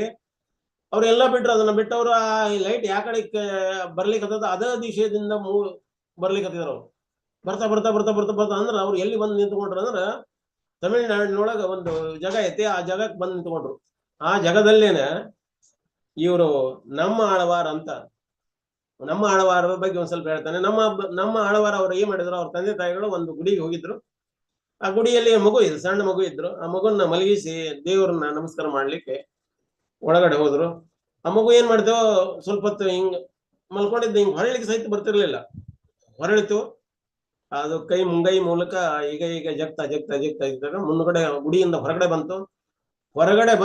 ಹೊರಗಡೆ ಒಂದು ವಿಶಾಲವಾದ ಹುಣಸೆ ಮರ. ಆ ಹುಣಸೆ ಮರದ ಅಡಿಯಲ್ಲಿ ಪದ್ಮಾಸನದಲ್ಲಿ ಕುತ್ಕೊಳ್ತಂತೆ. ಕಣ್ಣು ಮುಚ್ಕೊಂಡು ಪದ್ಮಾಸನದಲ್ಲಿ ಕುತ್ಕೊಂಡು ಕಣ್ಣು ತೆಗಿತಾನೆ ಇಲ್ಲ. ಇವ್ರ ತಂದೆ ತಾಯಿಗಳು ಅನ್ಕೊಂಡ್ರು ಯಾರೋ ಮಗುನ ಹೊತ್ಕೊಂಡು ಹೋದ್ರು ಅಂತ. ಹುಡುಕ್ತಾ ಇದ್ರು ಹೊರಗೆ ಬಂದಾಗ ಒಂದು ಮಗು ಹಿಂಗ ಅಂಬೆಗಾಲಿನ ಮೂಲಕ ಇಲ್ಲಿ ಹೊರಗಡೆ ತೆವಳ್ತಾ ಹೋಗಿರುವುದನ್ನ ನೋಡಿದೀವಿ ಅಂತ. ಅವ್ರು ಹೊರಗಡೆ ಬಂದು ನೋಡಿದ್ರೆ ಆ ಹುಣಸೆ ಮರದ ಅಡಿಯಲ್ಲಿ ಧ್ಯಾನ ಮುದ್ರೆಯಲ್ಲಿ ಪದ್ಮಾಸನದಲ್ಲಿ ಕುತ್ಕೊಂಡಿದ್ರು. ಇವ್ರು ಎಷ್ಟೇ ಎಚ್ಚರ ಮಾಡ್ಲಿಕ್ಕೆ ಪ್ರಯತ್ನ ಮಾಡಿದ್ರು ಅದು ಹೇಳಲಿಕ್ಕೆ ತಯಾರಿಲ್ಲ. ಕೊನೆಗೆ ಅವ್ರು ಹಾಗೆ ಬಿಟ್ರು. 16 ವರ್ಷದವರೆಗೂ ಹಾಗೆ ಕೂತಿದ್ರು. ಕಣ್ಣು ತೆಗಿಲಿಕ್ಕೆ ತಯಾರಿಲ್ಲ ಅವ್ರು. 16 ವರ್ಷದವರೆಗೂ ಹಾಗೆ ಕೂತಿದ್ರು. ಆ ಲೈಟ್ ಏನಿತ್ತಲ್ಲ, ಲೈಟ್ ಬೀಮ್ ಏನಿತ್ತು, ಆ ಕಿರಣ ಏನಿತ್ತು, ಅಯೋಧ್ಯೆ ತನಕ ಬೀರಿತ್ತು. ಆ ಕಿರಣ ಯಾರಿಂದ ಬರ್ತಾ ಇತ್ತು ಅಂದ್ರೆ ಇವ್ರ ಶರೀರದ ಮೂಲಕ ಅದು ಬರಾಕತ್ತಿತ್ತು. ಈ ಮಧುರ ಕವಿ ಅಂದ್ಕೊಂಡ್ರು, ಯಪ್ಪೋ ಇವರಿಂದ ಬರ್ತಾ ಇದ್ದ. ಯಾರು ಈ ವ್ಯಕ್ತಿಗಳು ಯಾರಂತ. ಅವ್ರಿಗೆ ಹೆಸರು ಬೇರೆ ಇತ್ತು ಮೊದಲ. ಅಲ್ಲಿ ಜನ ಎಲ್ಲರೂ ಕೂಡಿ ಇವರು ನಮ್ಮ ಆಳ್ವಾರ್ ಅಂತ, ಇವ್ರು ನಮ್ಮವರು ಅಂತ ಅವ್ರಿಗೆ ಹೆಸರು ಕೊಟ್ರು. ಇವ್ರು ನಮ್ಮವರು, ನಮ್ಮ ಆಳ್ವಾರು ಅಂತ. ನಾವೆಲ್ಲ ಹಿಂಗ್ ಕರಿತಾ ಇದೀವಿ, ಇವ್ರು ನಮ್ಮ ಆಳ್ವಾರು ಅಂತ ಕರಿತಾ ಇದ್ದೇವೆ ಅಂತ. ಇವರು ಸಣ್ಣ ಮಗುವಿನಿಂದ ಹಿಡ್ಕೊಂಡು ಈಗ 16 ವರ್ಷವರೆಗೂ ಇಲ್ಲೇ ಕೂತಿದ್ದಾರೆ, ಹೀಗೆ ಇದಾರೆ ಅಂತ. ಹೌದಾ, ಇವರಿಗೆ ಮಧುರ ಕವಿಗೆ ಅನಿಸ್ತು, ಇವ್ರೊಂದ್ ಸ್ವಲ್ಪ ನಾವು ಟೆಸ್ಟ್ ಮಾಡೋಣ ಅಂತ. ಏನ್ ಟೆಸ್ಟ್ ಮಾಡೋಣ ನೋಡೋಣ ಅಂತ ಒಂದ್ ಸಣ್ಣ ಹರಳು ತಗೊಂಡು ಅವ್ರ ಮುಂದಿರುವಂತ ನೀರಿನ ಹೊಂಡ ಇತ್ತು. ಆ ಹೊಂಡದ ಮುಂದ್ಗಡೆ ಆ ಹಳ್ಳ ಹಿಂಗ್ ಹೋಗಿದ್ರು ಏನ ಟುಂಕ್ ಅಂತ ಶಬ್ದ ಬರ್ತದ. ಅದು ಅಷ್ಟ ಶಬ್ದ ಬಂತು. ಟುಂಕ್ ಅಂತ ಶಬ್ದ ನೋಡ್ಲೆ ಅವಾಗ ಇವ್ರು ಕಣ್ಣು ತೆಗೆದ್ರು. ಯಾರು ತೆಗೆದ್ರು? ನಮ್ಮ ಆಳವಾರು ಹಿಂಗ್ ಕಣ್ಣು ತೆಗೆದು ನೋಡಿದ್ರು ಕೂಡಲೇ ಮಧುರ ಕವಿ ಅವರು ಕೇಳ್ತಾರೆ. ಏನದು ಕೇಳ್ತಾರೆ ಅಂದ್ರೆ, ಒಂದ್ ಪ್ರಶ್ನೆ ಕೇಳ್ತಾರೆ ಅವರು. ಮೃತವಾದ ದೇಹದಿಂದ ಒಂದು ಚಿಕ್ಕ ಅದು ಜನಿಸಿದರೆ, ಮೃತವಾದ ದೇಹದಿಂದ ಒಂದು ಚಿಕ್ಕದು ಜನಿಸಿದರೆ ಅದು ಏನನ್ನು ತಿನ್ನುತ್ತದೆ ಅಂದ್ರ ಅವರು. ಇವರು ಅಲ್ಲಿವರೆಗೆ ಯಾರೋ ಇವರು ನಮ್ಮ ಆಳ್ವಾರವ್ರು ಮಾತಾಡಿದ್ದು ನೀವು ಕೇಳಿಸ್ಕೊಂಡಿರ್ಲಿಲ್ಲ. ಇವಾಗ ನಮ್ಮ ಆಳ್ವಾರವ್ರು ಹೇಳಲಿಕ್ಕತ್ತಿದ್ರು. ಏನ್ ಹೇಳ್ತಾ ಇದಾರ? ಅತ್ತೆ ನಿನ್ರುಂ ಹಂಗೆ ಕೆಡಕುಂ. ಅತ್ತೆ ತಿನ್ರುಂ, ನಿನ್ರುಂ ಅಲ್ಲದ, ನಮಗೆ ತಮಿಳು ಬರೋದಿಲ್ಲ. ಅತ್ತೆ ತಿನ್ರುಂ ಹಂಗೆ ಕೆಡಕುಂ ಅಂತ ಹೇಳಿದರು. ಅವ್ರು ಏನ್ ಹೇಳಿದಾರೆ ಕನ್ನಡದಲ್ಲಿ? ನಾವು ಹೇಳ್ತೇವೆ ಅದು ಅದನ್ನೇ ತಿನ್ನುತ್ತದೆ ಮತ್ತು ಅದರಲ್ಲೇ ಇರುತ್ತದೆ ಅಂತ ಹೇಳಿದರು. ಅಂದ್ರೆ ಏನಿದ್ರ ಅರ್ಥ? ಇದು ಇಲ್ಲಿ ನಮ್ಮ ತಲೆ ಮೇಲೆ ಹಾಕಿ ಹೋಗ್ತದೆ. ಮೃತವಾದ ದೇಹದಿಂದ ಒಂದು ಚಿಕ್ಕದು ಜನಿಸಿದರೆ ಅದು ಏನನ್ನು ತಿನ್ನುತ್ತದೆ ಅಂತ ಈಗ ಯಾರು ಕೇಳಿದ್ರು? ಮಧುರ ಕವಿ ಕೇಳಿದ್ರು. ನಮ್ಮ ಆಳ್ವಾರ ಅದಕ್ಕೆ ಉತ್ತರ ಏನ್ ಹೇಳಿದ್ರು? ಅತ್ತೆ ತಿನ್ರುಂ ಹಂಗೆ ಕೆಡ್ಕುಂ ಅಂತ ಹೇಳಿದ್ರು. ತಮಿಳಿನವರು ಯಾರಿದ್ರೆ ಇದನ್ನ ಅರ್ಥ ನೀವು ಕೇಳಿರ್ಬಹುದು ಅಥವಾ ಅದರ ಅರ್ಥ ನಿಮ್ಗೆ ಗೊತ್ತಿರಬಹುದು. ನಾವೇನಾರು ಹೇಳುದ್ರಲ್ಲೇ ದೋಷ ಇದ್ರೆ ಅದನ್ನ ಕ್ಷಮಿಸಿ. ಅವಾಗ ನಮ್ಮ ಆಳ್ವಾರವರು ಇದನ್ನ ಹೇಳಿದ ಕೂಡಲೇ ಮಧುರ ಕವಿಗೆ ಅನಿಸ್ತು, ಓಹೋ ಖುಷಿ ಆಯ್ತು. ಅವ್ರಿಗೆ ಉದ್ದೋಗ ನಮಸ್ಕಾರ ಮಾಡಿ ಮಹಾನ್ ವ್ಯಕ್ತಿ ಇದಾರೆ, ಮಹಾತ್ಮರದಾರೆ ಇವರು ಅಂತ. ಅಲ್ಲಿರುವಂತ ಆಸುಪಾಸಿನ ಜನರೆಲ್ಲ ಕೂಡಿದ್ರಲ್ಲ, ಇದು ನಮ್ಗೇನು ಅರ್ಥ ಆಗ್ಲಿಲ್ಲ. ನಿಮ್ಗೇನ್ ಅರ್ಥ ಆಯ್ತು? ನೀವೇನು ಹೇಳಿದ್ರಿ? ಇವರು ಮಹಾನ್ ವ್ಯಕ್ತಿ ಅದಾರ ಅಂತ, ಮಹಾನ್ ವ್ಯಕ್ತಿ ಅದಾರ, ಮಹಾತ್ಮರು ಅದಾರ ಅಂತ. ಒಮ್ಮೆ ಒಂದು ಊರಿನೊಳಗ ಒಬ್ಬ ಕ್ಲಾಸ್ ಕೊಡ್ಲಿಕ್ಕೆ ಬಂದಿದ್ರು, ಮಾಯಾವಾದಿ ಕ್ಲಾಸ್. ಅವ್ರು ಹೇಳಿದ್ರು ನಾನೇ ದೇವರು ಅಂತ, ನಾನೇ ದೇವರು ಎಲ್ಲರೂ ನನ್ನ ಕೇಳಿ ಅಂತ. ಬರ್ಬರ್ತಾ ಜನರಿಗೆ ಅನ್ಸಾಕತ್ತ, ಇವ್ರು ಏನ್ ಹೇಳ್ತಾರ, ತಮ್ಮದೇ ಹೇಳ್ಕೊಳ್ತಾರಲ್ಲ ಇವರು ಅಂತ ಬೇಜಾರಾಗ್ಲಿಕ್ಕೆ. ಯಾರ ಇವನ್ ಸುಲ್ಸೋರು ಹೆಂಗ, ಯಾರು ಸುಲ್ಸ್ಲಿಕ್ಕೆ ಅಂದ್ರ ವಾದದಲ್ಲಿ ಪ್ರಕಾಂಡ ಪಂಡಿತರಾಗಿದ್ರು. ಅಲ್ಲಿ ಅವ್ರ ಊರಿನ ಗೌಡ ಇದ್ರು. ಏನ್ ಮಾಡಬೇಕಪ್ಪ ಇವ್ರನ್ನ, ಹೆಂಗ್ ಸೋಲ್ಸೋದು, ಇವ್ರ ಊರಿನಿಂದ ಬಿಡಿಸಿ ಕಳಿಸೋದು ಹೆಂಗ ಇವ್ರನ್ನ ಅಂತ ಯೋಚನೆ ಮಾಡ್ಲಿಕ್ಕತ್ತಿದ್ರು. ಏನ್ ಮಾಡುದು ಅಂತ. ಹಂಗ ಅವರು ಬೆಳಗ್ಗೆ ಹೊರಗಡೆಗೆ ಅಂತಂದು ತಂಬಿಗೆ ತಗೊಂಡು ಹೋಗ್ತಾ ಇದ್ರು. ಅಲ್ಲಿ ಒಬ್ಬ ಕುರಿಗಾಹಿ ಅಂದ್ರೆ ಕುರಿ ಮೇಸೋ ಹುಡುಗ ನೀವು ಗೌಡ್ರು ಅಲ್ಲಿ ಮುಂದೆ ಹೋಗಿ ಹೊಳ್ಳಿ ಬಂದ್ರು. ಯಾಕ್ರಿ ಗೌಡ್ರು ಆರಾಮಿಲ್ಲನ್ರಿ ಅಂದ್ರು. ಏನ್ ಬಿಡಪ್ಪ ಆರಾಮದೇನಿ, ಅಲ್ಲ ಏನೋ ಚಿಂತೆ ಮಾಡ್ತಾ ಇದಾರೆ ಅಂತ. ಹೌದು, ನಮ್ಮೂರ್ನಾಗ ಅವರು ಪಂಡಿತರು ಬಂದಿದಾರಲ್ಲ, ಅವ್ರ ಪಂಡಿತರು ಸುಲ್ಸೋರು ಯಾರು ಇಲ್ದಂಗ ಆಗ್ಯದ. ಮತ್ತೆ ಅವ್ರು ಹೇಳುವುದೆಲ್ಲ ಮಾಯವಾದ ತತ್ವ ಹೇಳಕತ್ತಾರ, ಕೇಳಿಸ್ಕೊಳ್ಳೋದಕ್ಕೂ ಆಗ್ತಾ ಇಲ್ಲ. ಏನ್ ಮಾಡುದು ಅಂತ. ಇದನ್ನ ಯಾಕೆ ಚಿಂತೆ ಮಾಡ್ತೀರಿ ಬಿಡ್ರಿ, ನಾನ್ ಮಾತಾಡ್ತೇನೆ ಅಂದವ. ಎಂತೆಂತ ದೊಡ್ಡ ಪಂಡಿತರಿಗೆ ಆಗಿಲ್ಲ, ನೀನೇನ್ ಮಾತಾಡ್ತೀವೋ ಯಾಡ್ ಕಾಯವ ಹುಡುಗ ನೀನು. ಗೌಡ್ರ ಒಂದ್ ಚಾನ್ಸ್ ಕೊಟ್ಟು ನೋಡ್ರಿ, ನಾನು ಪ್ರಯತ್ನ ಪಡ್ತೇನೆ ಅಂದ್ರ. ಆಯ್ತು, ಬಾರಪ್ಪ ನೀನು, ನಾಳೆ ವಾದ ವಿವಾದ ಆಗ್ಲಿ, ಏರ್ಪಾಡು ಮಾಡೋಣ ಅಂತ ಹೋಗಿ ಅವರಿಗೆ ಪಂಡಿತರಿಗೆ ಹೇಳಿದ್ರು. ಆಯ್ತಪ್ಪ, ಹಿಂಗ ನಿಮ್ ಜೊತೆಗೆ ನಮ್ಮ ಹುಡುಗ ವಾದ ಮಾಡಿದಾನೆ, ನೀವು ಅದಕ್ಕ ಅವಕಾಶ ಮಾಡಿಕೊಡ್ರಿ ಅಂದ್ರು. ಹಿಂಗ ಅವಕಾಶ ಮಾಡಿಕೊಡ್ರಿ ಅಂತಂದ್ಮೇಲೆ ಅದು ವಾದ ನಡಿಲಿಕ್ಕತ್ತು. ವಾದದಲ್ಲಿ ಪಂಡಿತ ಮಾಡಿದ, ಹೆಂಗ ಮಾಡಿದ್ರು. ಇವನ್ ಮುಂದೂರ್ ನಿಂತ್ಕೊಂಡಿದ್ದ. ಹುಡುಗ ಅಂದ, ಹೆಂಗ ಮಾಡಿದ ಹುಡುಗ. ಪಂಡಿತ ಏನ್ ಮಾಡಿದ, 1 ಅಂತ ಹಿಂಗ್ ತೋರಿಸಿದ. ಹುಡುಗ ಏನ್ ಮಾಡಿದ, 2 ಅಂತ ತೋರಿಸಿದ. ಆಮೇಲೆ ಪಂಡಿತ ಏನ್ ಮಾಡಿದ, ಉದೋಗ ಹುಡುಗ ಕಾಲ್ ನಮಸ್ಕಾರ ಮಾಡಿಬಿಟ್ಟ. ಕಾಲ್ ನಮಸ್ಕಾರ ಮಾಡಿ ಹೇಳಿದ, ನನ್ ತಪ್ಪ, ನೀ ಮಹಾನ್ ವ್ಯಕ್ತಿ ಇದಿ, ನಾನು ಈ ಊರಿನಿಂದ ಹೋಗ್ತಾ ಇದ್ದೇನೆ ಅಂತ. ಅಲ್ಲಿ ಕೂತಿರುವಂತ ಗೌಡ್ರು ಆ ಊರಿನ ಜನರಿಗೆ ಏನ್ ನಡಿಲಿಕ್ಕತ್ತೈತಿ ಇದು, ಹಿಂಗ್ ಮಾಡಿದ ಪಂಡಿತ್, ಹಿಂಗ್ ಮಾಡಿದ ಈ ಹುಡುಗ, ಹಿಂಗ್ ಮಾಡಿದ. ಆಮೇಲೆ ಪಂಡಿತ 2 ಅಂತ ತೋರಿಸಿದ, ಇವ ಹುಡುಗ 3 ಅಂತ ತೋರಿಸಿದ. ಏನಿದ್ರ ಅರ್ಥ ಅಂತ ಪಂಡಿತ ಎತ್ಕೊಂಡು ಹೋದ್ರು. ಅವರು ಎತ್ಕೊಂಡು ಹೋಗಿಂದ ಮೊದಲ ಪಂಡಿತ ಹೇಳಿದ್ರು, ನಿಮ್ ಹುಡುಗ ಬಹಳ ಮಹಾತ್ಮದಾನವ, ದೊಡ್ಡ ಫಿಲಾಸಫಿಕಲ್ಲಿ ಬಹಳ ಅರ್ಥ ಮಾಡ್ಕೊಂಡಿದ್ದಾನ ಅಂತ. ಆಯ್ತು ಅಂತ ಹೇಳಿ ನಮಸ್ಕಾರ ಮಾಡಿ, ನಾನು ನಾವು ಸೋತಿದ್ದೇನೆ, ನಾ ಹೋಗ್ತೇನೆ ಅಂತ ಹೋದ್ರು. ಊರ್ ಬಿಟ್ಟು ಹೋಗ್ಬಿಟ್ರು. ಈ ಗೌಡ್ರು ಹುಡುಗನ ಕೇಳಿದ್ರು, ಏನಪ್ಪಾ ನಿಂದು, ಏನ್ ಫಿಲಾಸಫಿ ಹೇಳಿದ್ವು, ಅವ್ನಿಗೆ ಹೆಂಗ್ ಸೋಲ್ಸಿದೆ ಅಂದ. ನಾ ಎಲ್ಲಿ ಸೋಲ್ಸ್ಬೇಕ್ರಿ, ನಾ ಏನ್ ಮಾಡ, ಅವ 1 ಕುರಿ ಕೊಡನ್ನ, ನಾನು 2 ಕೊಡ್ತೀನಿ ಅಂದ. ಎರಡು ಬೇಡ, ನನ್ಗೆ 2 ಬೇಕು ಅಂತಂದು ಕೇಳಿದ ಕೂಡಲೇ ನಾ 3 ಅಂತ ಹೇಳಿದೆ. 3 ಕೇಳಿದ್ಯಾ ನಿನಗಂತಂದ. ಇಷ್ಟ ನಡೆದ್ರಿ ಗೌಡ್ರ ಅಂದ. ಅವ್ರ ಗೌಡ್ರು ಏನ್ ಮಾಡಿದ್ರು, ಇನ್ನು ಪಂಡಿತ ಆ ಕಡೆ ಊರ್ ಬಿಟ್ಟು ಹೊರಗಡೆ ಹೋಗ್ತಿದ್ರು. ಆ ಪಂಡಿತರಿಗೆ ಹೋಗಿ ಕೇಳಿದವ್, ಅಲ್ರಿ ಪಂಡಿತರ, ನೀವ್ ಏನ್ ಹೇಳಿದ್ರಿ ಆ ಹುಡುಗ ಕೇಳಿದೆ.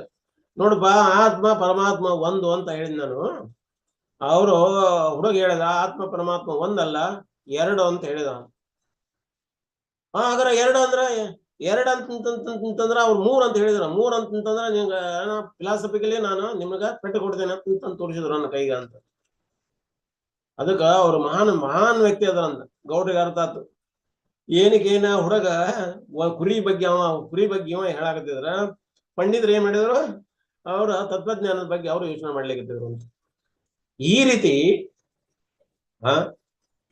ಈ ರೀತಿ ಇಲ್ಲಿ ನಮ್ಮ ಆಳ್ವಾರ್ ಈ ರೀತಿ ಅಂದ್ರೆ ಇದನ್ನ ಈ ಕಥೆ ಹೇಳೋ ಉದ್ದೇಶ ಇಷ್ಟೇ, ಅಂದ್ರ ತತ್ವದ ಬಗ್ಗೆ. ಆದ್ರ ಇಲ್ಲಿ ನಮ್ಮ ಆಳ್ವಾರ ಹೇಳಿರೋದು ಆ ರೀತಿ ಇಲ್ಲ.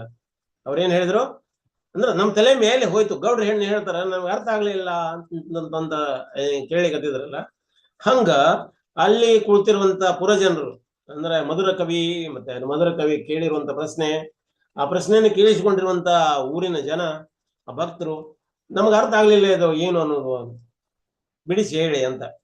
ಅವಾಗ ಮಧುರ ಕವಿ ಹೇಳ್ತಾರೆ ಏನಂತ, ಮೃತವಾದ ದೇಹದಿಂದ ಒಂದು ಚಿಕ್ಕದು ಜನಿಸಿದರೆ. ಮೃತವಾದ ದೇಹ ಅಂದ್ರೆ ಈ ಡೆಡ್ ಬಾಡಿ, ನಮ್ದು ಶರೀರದೊಳಗ ಜೀವಾತ್ಮ ಐತಿ ಅನ್ನೋ ಸಲುವಾಗಿ ನಾವು ನಡೀತಾ ಇದ್ದೀವಿ. ನಮ್ದೆಲ್ಲ ಆಕ್ಟಿವಿಟೀಸ್ ನಡೀತಾವ. ಕಣ್ಣು ನೋಡ್ತದ, ಕಿವಿ ಕೇಳಿಸ್ತದ, ಬಾಯಿ ತಿಂತದ, ಹೊಟ್ಟೆ ಪಚನೆ ಮಾಡ್ತದ, ಇದೆಲ್ಲ ನಡೀತದ. ಅಂದ್ರ ಈ ಮೃತವಾದ ಶರೀರ ಅಂದ್ರೆ ಆಲ್ರೆಡಿ ಡೆಡ್ ಮ್ಯಾಟರ್ ಇದು. ಪಂಚಮಹಾಭೂತಗಳು ಅನ್ನೋದು ಏನದಲ್ಲ ಸತ್ತ ಮ್ಯಾಟರ್, ವಸ್ತು. ಈ ಸತ್ತ ವಸ್ತುವಿನಿಂದ ಒಂದು ಚಿಕ್ಕದಾಗಿ ಜನಿಸಿದ್ರೆ, ಚಿಕ್ಕದಾದ ಯಾವ್ದಪ್ಪ ಚಿಕ್ಕದಾಗಿ ಅತಿ ಆತ್ಮದ ಸೈಜ್ ಬಗ್ಗೆ ಅವ್ರು ಚಿಕ್ಕ ಅಂತ ಹೇಳಿಕತ್ತಾರ. ನಮ್ದು ಆತ್ಮ ಎಷ್ಟು ಸೈಜ್ ಐತೆ ಅಂತಂದ್ರೆ ಭಗವದ್ಗೀತಾದಲ್ಲಿ ವರ್ಣನೆ ಬರ್ತದೆ. ಒಂದು ಟಿಪ್ ಆಫ್ ದ ಹೇರ್ ಅಂದ್ರೆ ನಮ್ಮ ಒಂದು ಕೂದಲದ ಒಂದು ತುದಿ ಮೊನೆ ಏನ್ 1/10,000 ಮಾಡಿದ್ರೆ, 1/10,000 ಮಾಡಿದ್ರೆ ಎಷ್ಟು ಸಣ್ಣದಾಗ್ತತಿ ಅಷ್ಟು ಆತ್ಮದ ಸೈಜ್ ಐತಂತ. ಅದನ್ನ ಇವ್ರು ಏನ್ ಹೇಳಿರ್ತಾರ, ಮೃತವಾದ ದೇಹದಿಂದ ಒಂದು ಚಿಕ್ಕದು ಜನಿಸಿದರೆ ಅದು ಏನನ್ನು ತಿನ್ನುತ್ತದೆ. ಚಿಕ್ಕದವಾದದ್ದು ಏನ್ ಜನಿಸಿದ್ರೆ ಅಂದ್ರೆ ಆ ಮೃತವಾದ ದೇಹದೊಳಗ ಜೀವಾತ್ಮ ಬಂದು ನಿಂತ್ಕೊಂತಂದ್ರ ಆ ಜೀವಾತ್ಮ ಏನ್ ತಿಂತತಿ ಅಂತ.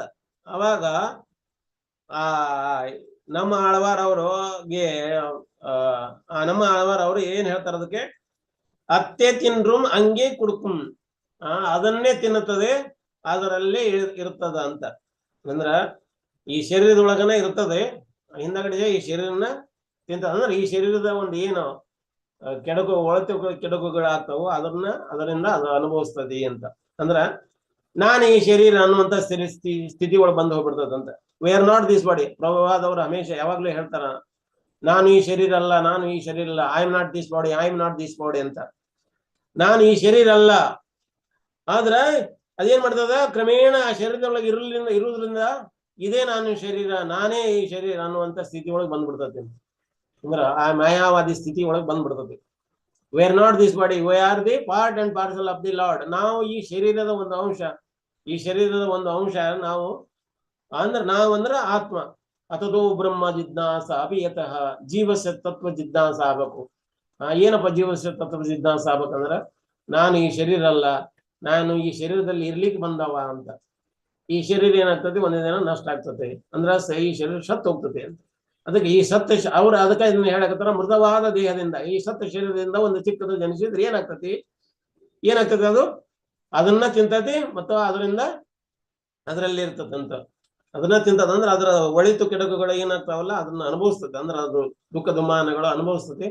ಮತ್ತು ಅದ್ರಲ್ಲಿನ ಇದೇ ನಾ ಶರೀರ ಅಂತ ತಿಳ್ಕೊಂಡು ಅದೇ ಶರೀರದೊಳಗಿರ್ತದೆ. ಮತ್ತೆ ಈ ಶರೀರ ಬಿಟ್ಟು ಆದ್ಮೇಲೆ ಮತ್ತೊಂದೊಂದು ಶರೀರ ಸೇರ್ಕೊತೈತೆ. ದೇಹಿನು ಅಶ್ಮಿನು ಯಥಾ ದೇಹಿ ಕೌಮಾರಂ ಯೌವನಂ ಜರ ತತ ದೇಹಾಂತರ ಪ್ರಾಪ್ತಿ ಧೀರಸ್ ನ ತತ್ರ ಮುಯ್ಯತಿ. ಯಾರ ಧೀರವಾದ ವ್ಯಕ್ತಿ ಅದರ ಅಂದ್ರೆ ಯಾರು ಸಾಕ್ಷಾತ್ಕಾರವಾದ ವ್ಯಕ್ತಿಗಳದರ ಈ ಒಂದು ಶರೀರ ದೇಹಾಂತರ ಆಗ್ತದಲ್ಲ, ಅದಕ್ಕೆ ಸ್ಥಾನ ಪಲಟ ಆಗ್ತದಲ್ಲ, ಅದಕ್ಕೆ ಅವ್ರ ಚಿಂತೆಗೆ ಒಳಗಾಗುವುದಿಲ್ಲ ಅಂತ ಭಗವದ್ಗೀತೆ ಹೇಳ್ತದೆ. ಇದೇ ರೀತಿ ಏನ್ ಮಾಡ್ತದೆ, ಈ ಶರೀರ ಬಿಡ್ತದೆ, ಇನ್ನೊಂದು ಶರೀರ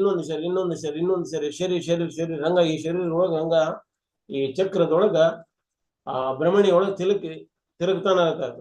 ಆ ಬ್ರಹ್ಮ ಭುವನ ಲೋಕ ಪುನರಾವರ್ತಿನೋ ಸುವರ್ಜುನ. ಆ ಬ್ರಹ್ಮನ ಲೋಕದಿಂದ ಹಿಡ್ಕೊಂಡು ಈ ಭೌತಿಕ ಜಗತ್ತಿನೊಳಗೆ ಏನೆಲ್ಲ ನಾವೆಲ್ಲ ಪುನರಾವರ್ತಿತ ಆಗ್ತಾ ಇರ್ತದೆ. ಈ ಜನ್ಮದೊಳಗೆ ಹಂಗ ತಿರುಗ್ತಾ ಇರ್ತೀವಿ. ಈ ಚಕ್ರದಿಂದ ಹೊರಗೆ ಬರಕ್ ಏನಪ್ಪ ಏನ್ ಬರ್ಲಿಕ್ಕೆ ಏನಾಗ್ತದೆ ಅಂದ್ರ, ಅದನ್ನ ಅವರು ರಾಮಾನುಚಾರ್ಯ ಹೇಳಿದ್ರು, ಓಂ ನಮೋ ನಾರಾಯಣಾಯ.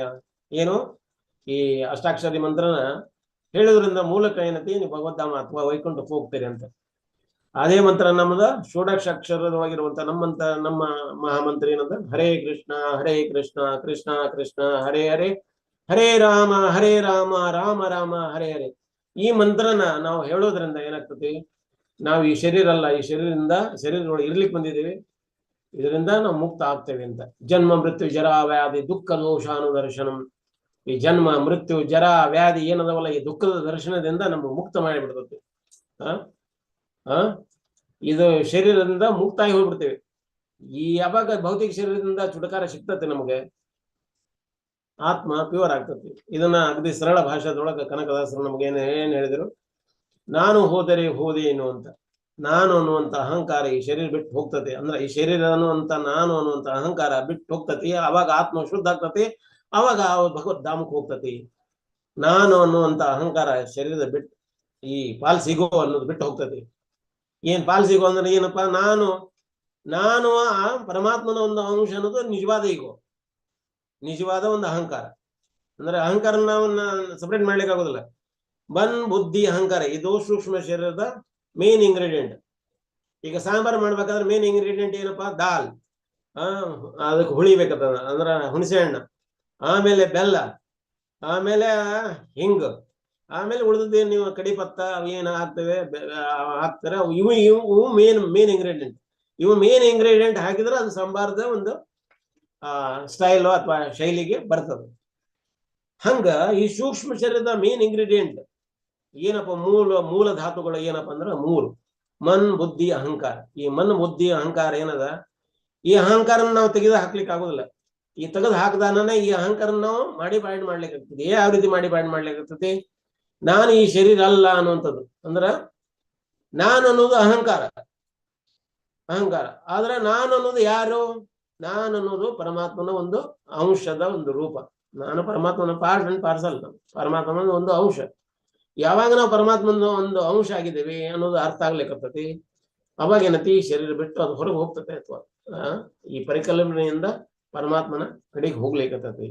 ಅದನ್ನ ಅಗ್ದಿ ಅಚ್ಚ ಕನ್ನಡದಲ್ಲಿ ಕನಕದಾಸರು ನಾನು ಹೋದರೆ ಹೋದೇನು ಅಂದ್ರೆ ಎಲ್ಲಾ ಅಲ್ಲಿ ಕೂತಿರುವಂತ ಎಲ್ಲಾ ಪಂಡಿತರಿಗೆ ಕೇಳಿದ್ರು, ಯಾರು ಹೋಗ್ತಾರ ಭಗವದ್ಧಾಮಕ ಅಥವಾ ವೈಕುಂಠಕ್ಕೆ ಯಾರು ಹೋಗ್ತಾರಪ್ಪ? ಇವ್ರು ಹೋಗ್ತಾರ, ತ್ರಿವೇದಿಗಳು ಹೋಗ್ತಾರ, ಈ ಚತುರ್ವೇದಿಗಳು ಹೋಗ್ತಾರ, ಅಥವಾ ಇಲ್ಲಿ ಇವ್ ರಾಮಾಚಾರ್ಯರು ಹೋಗ್ತಾರ, ಅಥವಾ ನಾನು ಈ ಮಧ್ವ ಪರಂಪರೆಯ ಯತಿವರಣ್ಯ ವ್ಯಾಸತೀರ್ಥರು ನಾನು ಹೋಗ್ತಾನೇನು? ಅದಕ್ಕೆ ಕೇಳಿದಾಗ ನೀವು ಹೋಗುದಲ್ಲ, ಅವರು ಹೋಗುದಿಲ್ಲ, ಇವರು ಹೋಗುದಿಲ್ಲ, ಮತ್ತೆ ಹೋಗೋರು ಯಾರು? ನೀವು ಹೋಗ್ತೇನೋ ಅಂತ ಕೇಳಿದಾಗ ನಾನು ಹೋದರೆ ಹೋದೇನು, ಐಗೋ ಐ ಮೇಗೋ, ನಾನು ಹೋದರೆ ಹೋದೇನು. ನಾನು ಅನ್ನುವಂತ ಅಹಂಕಾರ ಬಿಟ್ಟು ಆತ್ಮನ ಬಿಟ್ಟು ಹೋದಾಗ ಆತ್ಮ ಶುದ್ಧ ಆಗ್ತದೆ, ಆತ್ಮ ಭಗವದ್ಧಾಮಕ್ಕೆ ಹೋಗ್ತದೆ ಅನ್ನೋದು ಅಚ್ಚಕನ್ನಡದಲ್ಲಿ ಅವ್ರು ಹೇಳಿದ್ರು. ಇದನ್ನ ರಾಮಾನುಚಾರ್ಯರು ಏನ್ ಮಾಡಿದ್ರು, ಓಂ ನಮೋ ನಾರಾಯಣಾಯ ಇದನ್ನ ಜಪ ಮಾಡೋದ್ರಿಂದ ನಾವು ಶುದ್ಧ ಆಗ್ತೇವೆ. ಈ ಶುದ್ಧೀಕರಣದ ಮೂಲಕ ಆತ್ಮ ಶುದ್ಧ ಆಗ್ತದೆ ಅಂದ್ರೆ ಅವಾಗ ಭಗವದ್ಧಾಮಕ್ಕೆ ಹೋಗ್ಲಿಕ್ಕಾಗ್ತದೆ ಅಂತ. ಅಂದ್ರೆ ಅಷ್ಟೊಂದು ಕರುಣಾಮಯಿ ಹೃದಯ ಯಾರು? ರಾಮಾನುಜಾಚಾರ್ಯರು. ರಾಮಾನುಚಾರ್ಯರು ಒಬ್ರು ಗುರುಗಳು ಕೂಡ ಕುರುಬರಾಗಿದ್ರು. ಕುರುಬರು ಬೇರೆ. ಮತ್ತೆ ಇನ್ನೊಬ್ರು ಕಾಂಚೀಪೂರ್ಣನವರು ಏನದಾರಲ್ಲ, ಅವರು ಬೇರೆ ಜಾತಿ, ನಿಮ್ನ ಜಾತಿಯವರಾಗಿದ್ರು. ಅವ್ರ ಗುರುಗಳು ಅನೇಕ ಗುರುಗಳು ಉಂಟು. ತ್ರಿಗೋಷ್ಠಿಪೂರ್ಣ, ಗೋಷ್ಠಿಪೂರ್ಣ, ಕಾಂಚೀಪೂರ್ಣ, ಮಹಾಪೂರ್ಣ, ಯಾದವಾಚಾರ್ಯ, ಹಿಂಗ ಅನೇಕ ಅವರು ಗುರುಗಳು ಉಂಟು. ಆ ಗುರುಗಳಲ್ಲೇ ಒಬ್ರು ಗುರುಗಳು ಕೂಡ ಕುರುಬ ಜಾತಿಯಿಂದ ಹೋದವರು ಅಂತ. ಮೇಲುಕೋಟೆಯಲ್ಲಿ ಈ ದಲಿತ ಜನರಿಗೆ ಅಥವಾ ನಿಮ್ನ ಜಾತಿಯ ಜನರಿಗೆ ಅವರಿಗೆ ಆಗಿನ ಫೆಸ್ಟಿವಲ್ ಅರೇಂಜ್ಮೆಂಟ್ ಮಾಡಿದಾರೆ. ಯಾವಾಗ ದಿಲ್ಲಿ ಫೆಸ್ಟಿವಲ್ ಅಂತ ಮಾಡ್ತಾರೆ, ಒಂದು ದಿಲ್ಲಿ ಹಬ್ಬ ಅಂತ ಮಾಡ್ತಾರೆ. ಪರಮಾತ್ಮ ಕೆಲವು ನಾರಾಯಣ ದಿಲ್ಲಿಯಿಂದ ಮೇಲುಕೋಟೆಗೆ ಯಾವಾಗ ಬರ್ತಾರ ಅದನ್ನ ಆ ಹಬ್ಬನ ಆಚರಣೆ ಮಾಡ್ತಾರೆ. ಒಮ್ಮೆ ರಾಜ ಬಿಟ್ಟಿಗೆದೇವ, ಹೊಯ್ಸಳ ರಾಜ, ಅವನಿಗೆ ರಾಮಾನುಚಾರ್ಯ ಒಂದು ಆಶ್ರಯ ಅಥವಾ ಅವರು ಮತ್ತೆ ವೈಷ್ಣವ ಫಿಲಾಸಫಿಯನ್ನು ಸ್ವೀಕಾರ ಮಾಡಿದ್ರು. ಅವ್ರ ಹೆಸರು ವಿಷ್ಣುವರ್ಧನ್ ಅಂತ ಆಯ್ತು. ಆ ವಿಷ್ಣುವರ್ಧನ್ ಏನ್ ಮಾಡಿದ್ರು, ಇಲ್ಲಿ ಕಾರ್ಕಳಕ್ಕೆ ಬಂದ್ರು. ಕಾರ್ಕಳದಲ್ಲಿ ಗೊಮ್ಮಟೇಶ್ವರ, ಆ ಗೊಮ್ಮಟೇಶ್ವರನ ದರ್ಶನ ಮಾಡಿಕೊಂಡು ಸುಬ್ರಹ್ಮಣ್ಯಕ್ಕೆ ಹೋಗಿ ಸುಬ್ರಹ್ಮಣ್ಯದಿಂದ ಹಿಂಗ ದರ್ಶನ ಮಾಡ್ಕೊಂಡು ಬಂದ್ರು ಅಂತ. ಬಂದು ಮೇಲುಕೋಟೆಗೆ ಬಂದ್ರು ಅಂತ. ಮೇಲುಕೋಟೆಗೆ ಬಂದಾಗ ಅವರು ಅಲ್ಲಿ ಅವ್ರು ನಿಲ್ಸಿದ್ರಂತೆ, ನೀವು ಬತ್ತಲೇ ಆಗಿರುವಂತವ್ರನ್ನ ದರ್ಶನ ಮಾಡಿ ಬಂದಿದ್ರಿ, ಹಂಗಾಗೋದ್ರಿಂದ ನಿಮ್ಗೆ ಇಲ್ಲಿ ಒಳಗಡೆ ಅವಕಾಶ ಮಾಡಿಕೊಡ್ಲಿಕ್ಕೆ ಆಗುದಿಲ್ಲ ಅಂತ. ಅದಕ್ಕೆ ಅವ್ರಿಗೆ ಸುಬ್ರಹ್ಮಣ್ಯ ಸವಾರಿ ಅಂತ ಒಂದು ಪ್ರೋಗ್ರಾಮ್ ನಡೀತದೆ, ಇವತ್ತಿನವರೆಗೂ ನಡೀತದೆ. ಸುಬ್ರಹ್ಮಣ್ಯ ಸವಾರಿ ಅಂದ್ರೆ ಸುಬ್ರಹ್ಮಣ್ಯಕ್ಕೆ ಹೋಗಿ ಒಳಗೆ ಬರ್ಬೇಕಾದಾಗ ನೀವು ಇವ್ರನ್ನ ಗೊಮ್ಮಟೇಶ್ವರನ ದರ್ಶನ ಮಾಡಿದಿರಿ ಅಂತ. ಅದಕ್ಕೆ ಹಿಂಗಾಗ್ತದೆ ಅಂತ ಅದು ಒಂದು ಅದನ್ನ ಫೆಸ್ಟಿವಲ್ ರೂಪದಲ್ಲಿನ ಅಲ್ಲಿ ಆಚರಣೆ ಮಾಡ್ತಾರೆ. ಎಲ್ಲಿ? ಮೇಲುಕೋಟೆಯಲ್ಲಿ. ಅದಕ್ಕ ಅಂದ್ರೆ ಅದನ್ನ ಕ್ಷಮಾಪಣೆ ಕೇಳುವಂತ ಒಂದು ರಾಜ ಕ್ಷಮಾಪಣೆ ಯಾರನ್ನ ಕೇಳ್ತಾರೆ? ಚೆಲುವನಾರಾಯಣನ ಕ್ಷಮೆಯನ್ನು ಕೇಳ್ತಾರೆ. ಆ ಕ್ಷಮೆ ಕೇಳುವಂಥದ್ದು ಕೂಡ ಒಂದು ಹಬ್ಬ ಆಚರಣೆಯಾಗಿ ಆಚರಿಸ್ತಾರೆ. ಹಿಂಗೆ ಬೇರೆ ಬೇರೆ ಹಬ್ಬಗಳನ್ನ ಮೇಲುಕೋಟೆಯಲ್ಲಿ ಆಚರಣೆ ಮಾಡ್ತಾರೆ. ಈ ಹಬ್ಬಗಳನ್ನ ಶುರು ಮಾಡಿದವರು ರಾಮಾನುಜಾಚಾರ್ಯರು. ಈ ಹಬ್ಬನ ಯಾಕೆ ಆಚರಣೆ ಮಾಡ್ತಾರೆ ಅಂತಂದ್ರೆ, ಎಸ್ಪೆಷಲಿ ಇಲ್ಲಿ ನಮ್ಮ ಉಡುಪಿ ಕೃಷ್ಣನಲ್ಲಿ ನಾವು ನೋಡ್ಬೇಕಾದ್ರೆ, ಉಡುಪಿ ಕೃಷ್ಣಗೆ ನಿತ್ಯ ಅನೇಕ ಪ್ರೋಗ್ರಾಮ್ಗಳಾಗ್ತಾವು, ಅನೇಕ ಆರತಿಗಳಾಗ್ತಾವು. ಮುಂಜಾನಿದ್ದ ಸಾಯಂಕಾಲವರೆಗೂ ಕಮ್ಸೆ ಕಮ್ ಒಂದು 24 ಆರತಿ ಏನಾದ್ರು ಮಾಡ್ತಾರೆ ಏನು, ಹಂಗೇನ ಉಂಟು. ಬೇರೆ ಬೇರೆ ಟೈಮ್ನಲ್ಲಿ ಬೇರೆ ಬೇರೆ ಆರತಿಗಳಾಗ್ತಾವ. ಯಾಕೆ ಮಧ್ಯಾಹ್ನ ಭಗವಾನನ್ನು ಮಲಗಿಸುವುದಿಲ್ಲ? ಇಲ್ಲಿ ನಾವು ಬೇರೆ ಬೇರೆ ಮಂದಿರದಲ್ಲೇ ಹೋದ್ರೆ ಮಧ್ಯಾಹ್ನ ಪರಮಾತ್ಮ ಮಲಗಿಸಿದಾರ ಅಂತ, ಅವ್ರು ಮಲಗಿದಾರ ಅಂತ. ಆದ್ರೆ ಉಡುಪಿಯಲ್ಲಿ ಪರಮಾತ್ಮ ಮಲಗೋದಿಲ್ಲ. ಯಾಕೆ ಮಲಗೋದಿಲ್ಲ ಅಂತಂದ್ರೆ, ಸಣ್ಣ ಮಗು, ಈಗ 3 ವರ್ಷದ ಮಗು ಮಧ್ಯಾಹ್ನ ಮಲಗುದಿಲ್ಲ, ಆಟ ಆಡ್ತಾ ಇರ್ತದಂತ. ಹಂಗ ಅಲ್ಲೇ ರಥೋತ್ಸವಗಳು ಅನೇಕ ಟೈಮ್ ನಡೀತಾ ಇರ್ತಾವ. ಯಾಕೆ ರಥೋತ್ಸವಗಳನ್ನ ಮಾಡ್ತಾರಂತಂದ್ರೆ, ಮಕ್ಕಳಿಗೆ ಏನಾಗ್ತದೆ, ಉತ್ಸವಗಳಂದ್ರೆ ಬಹಳ ಖುಷಿ.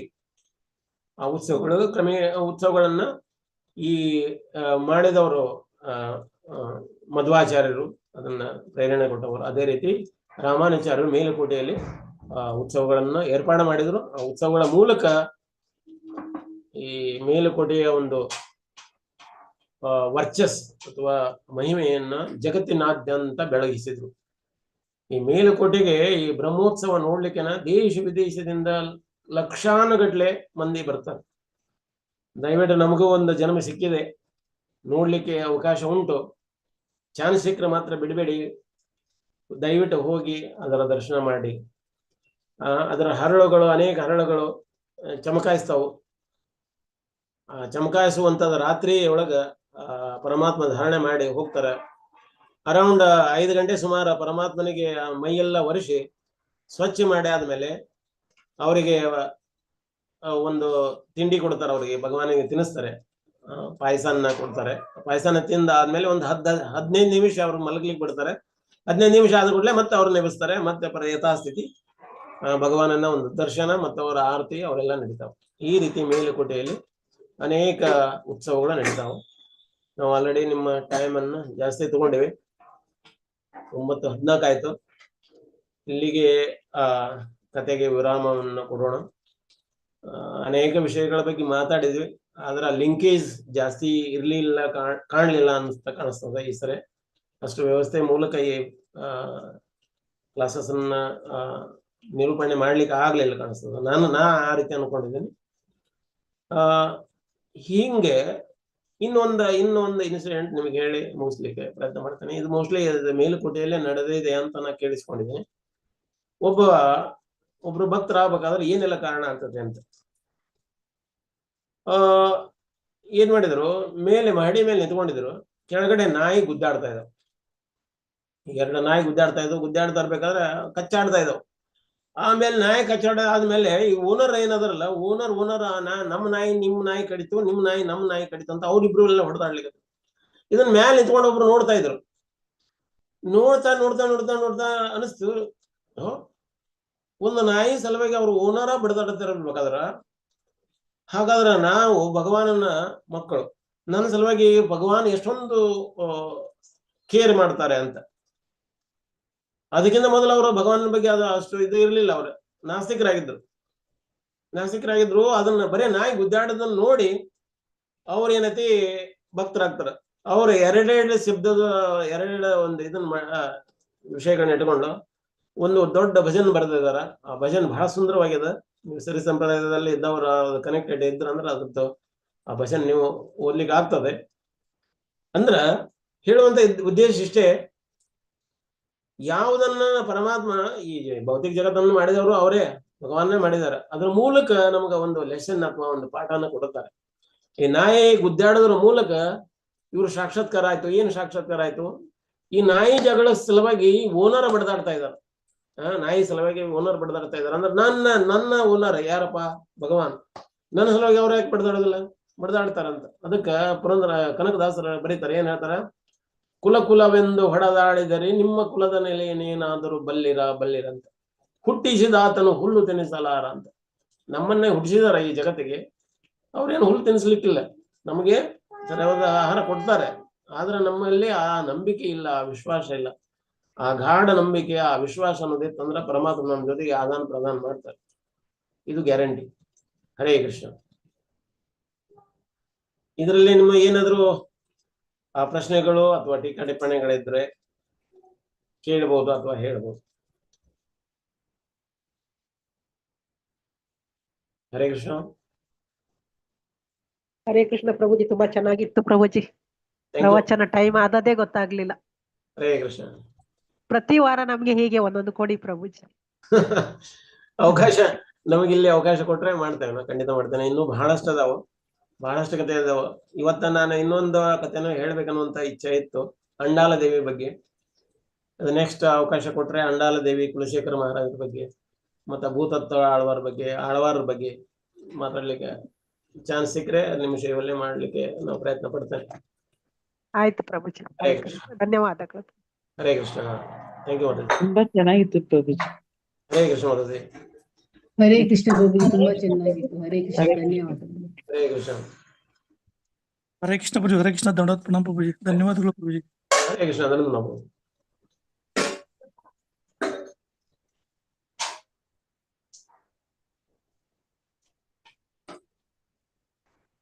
ಹರೇ ಕೃಷ್ಣ.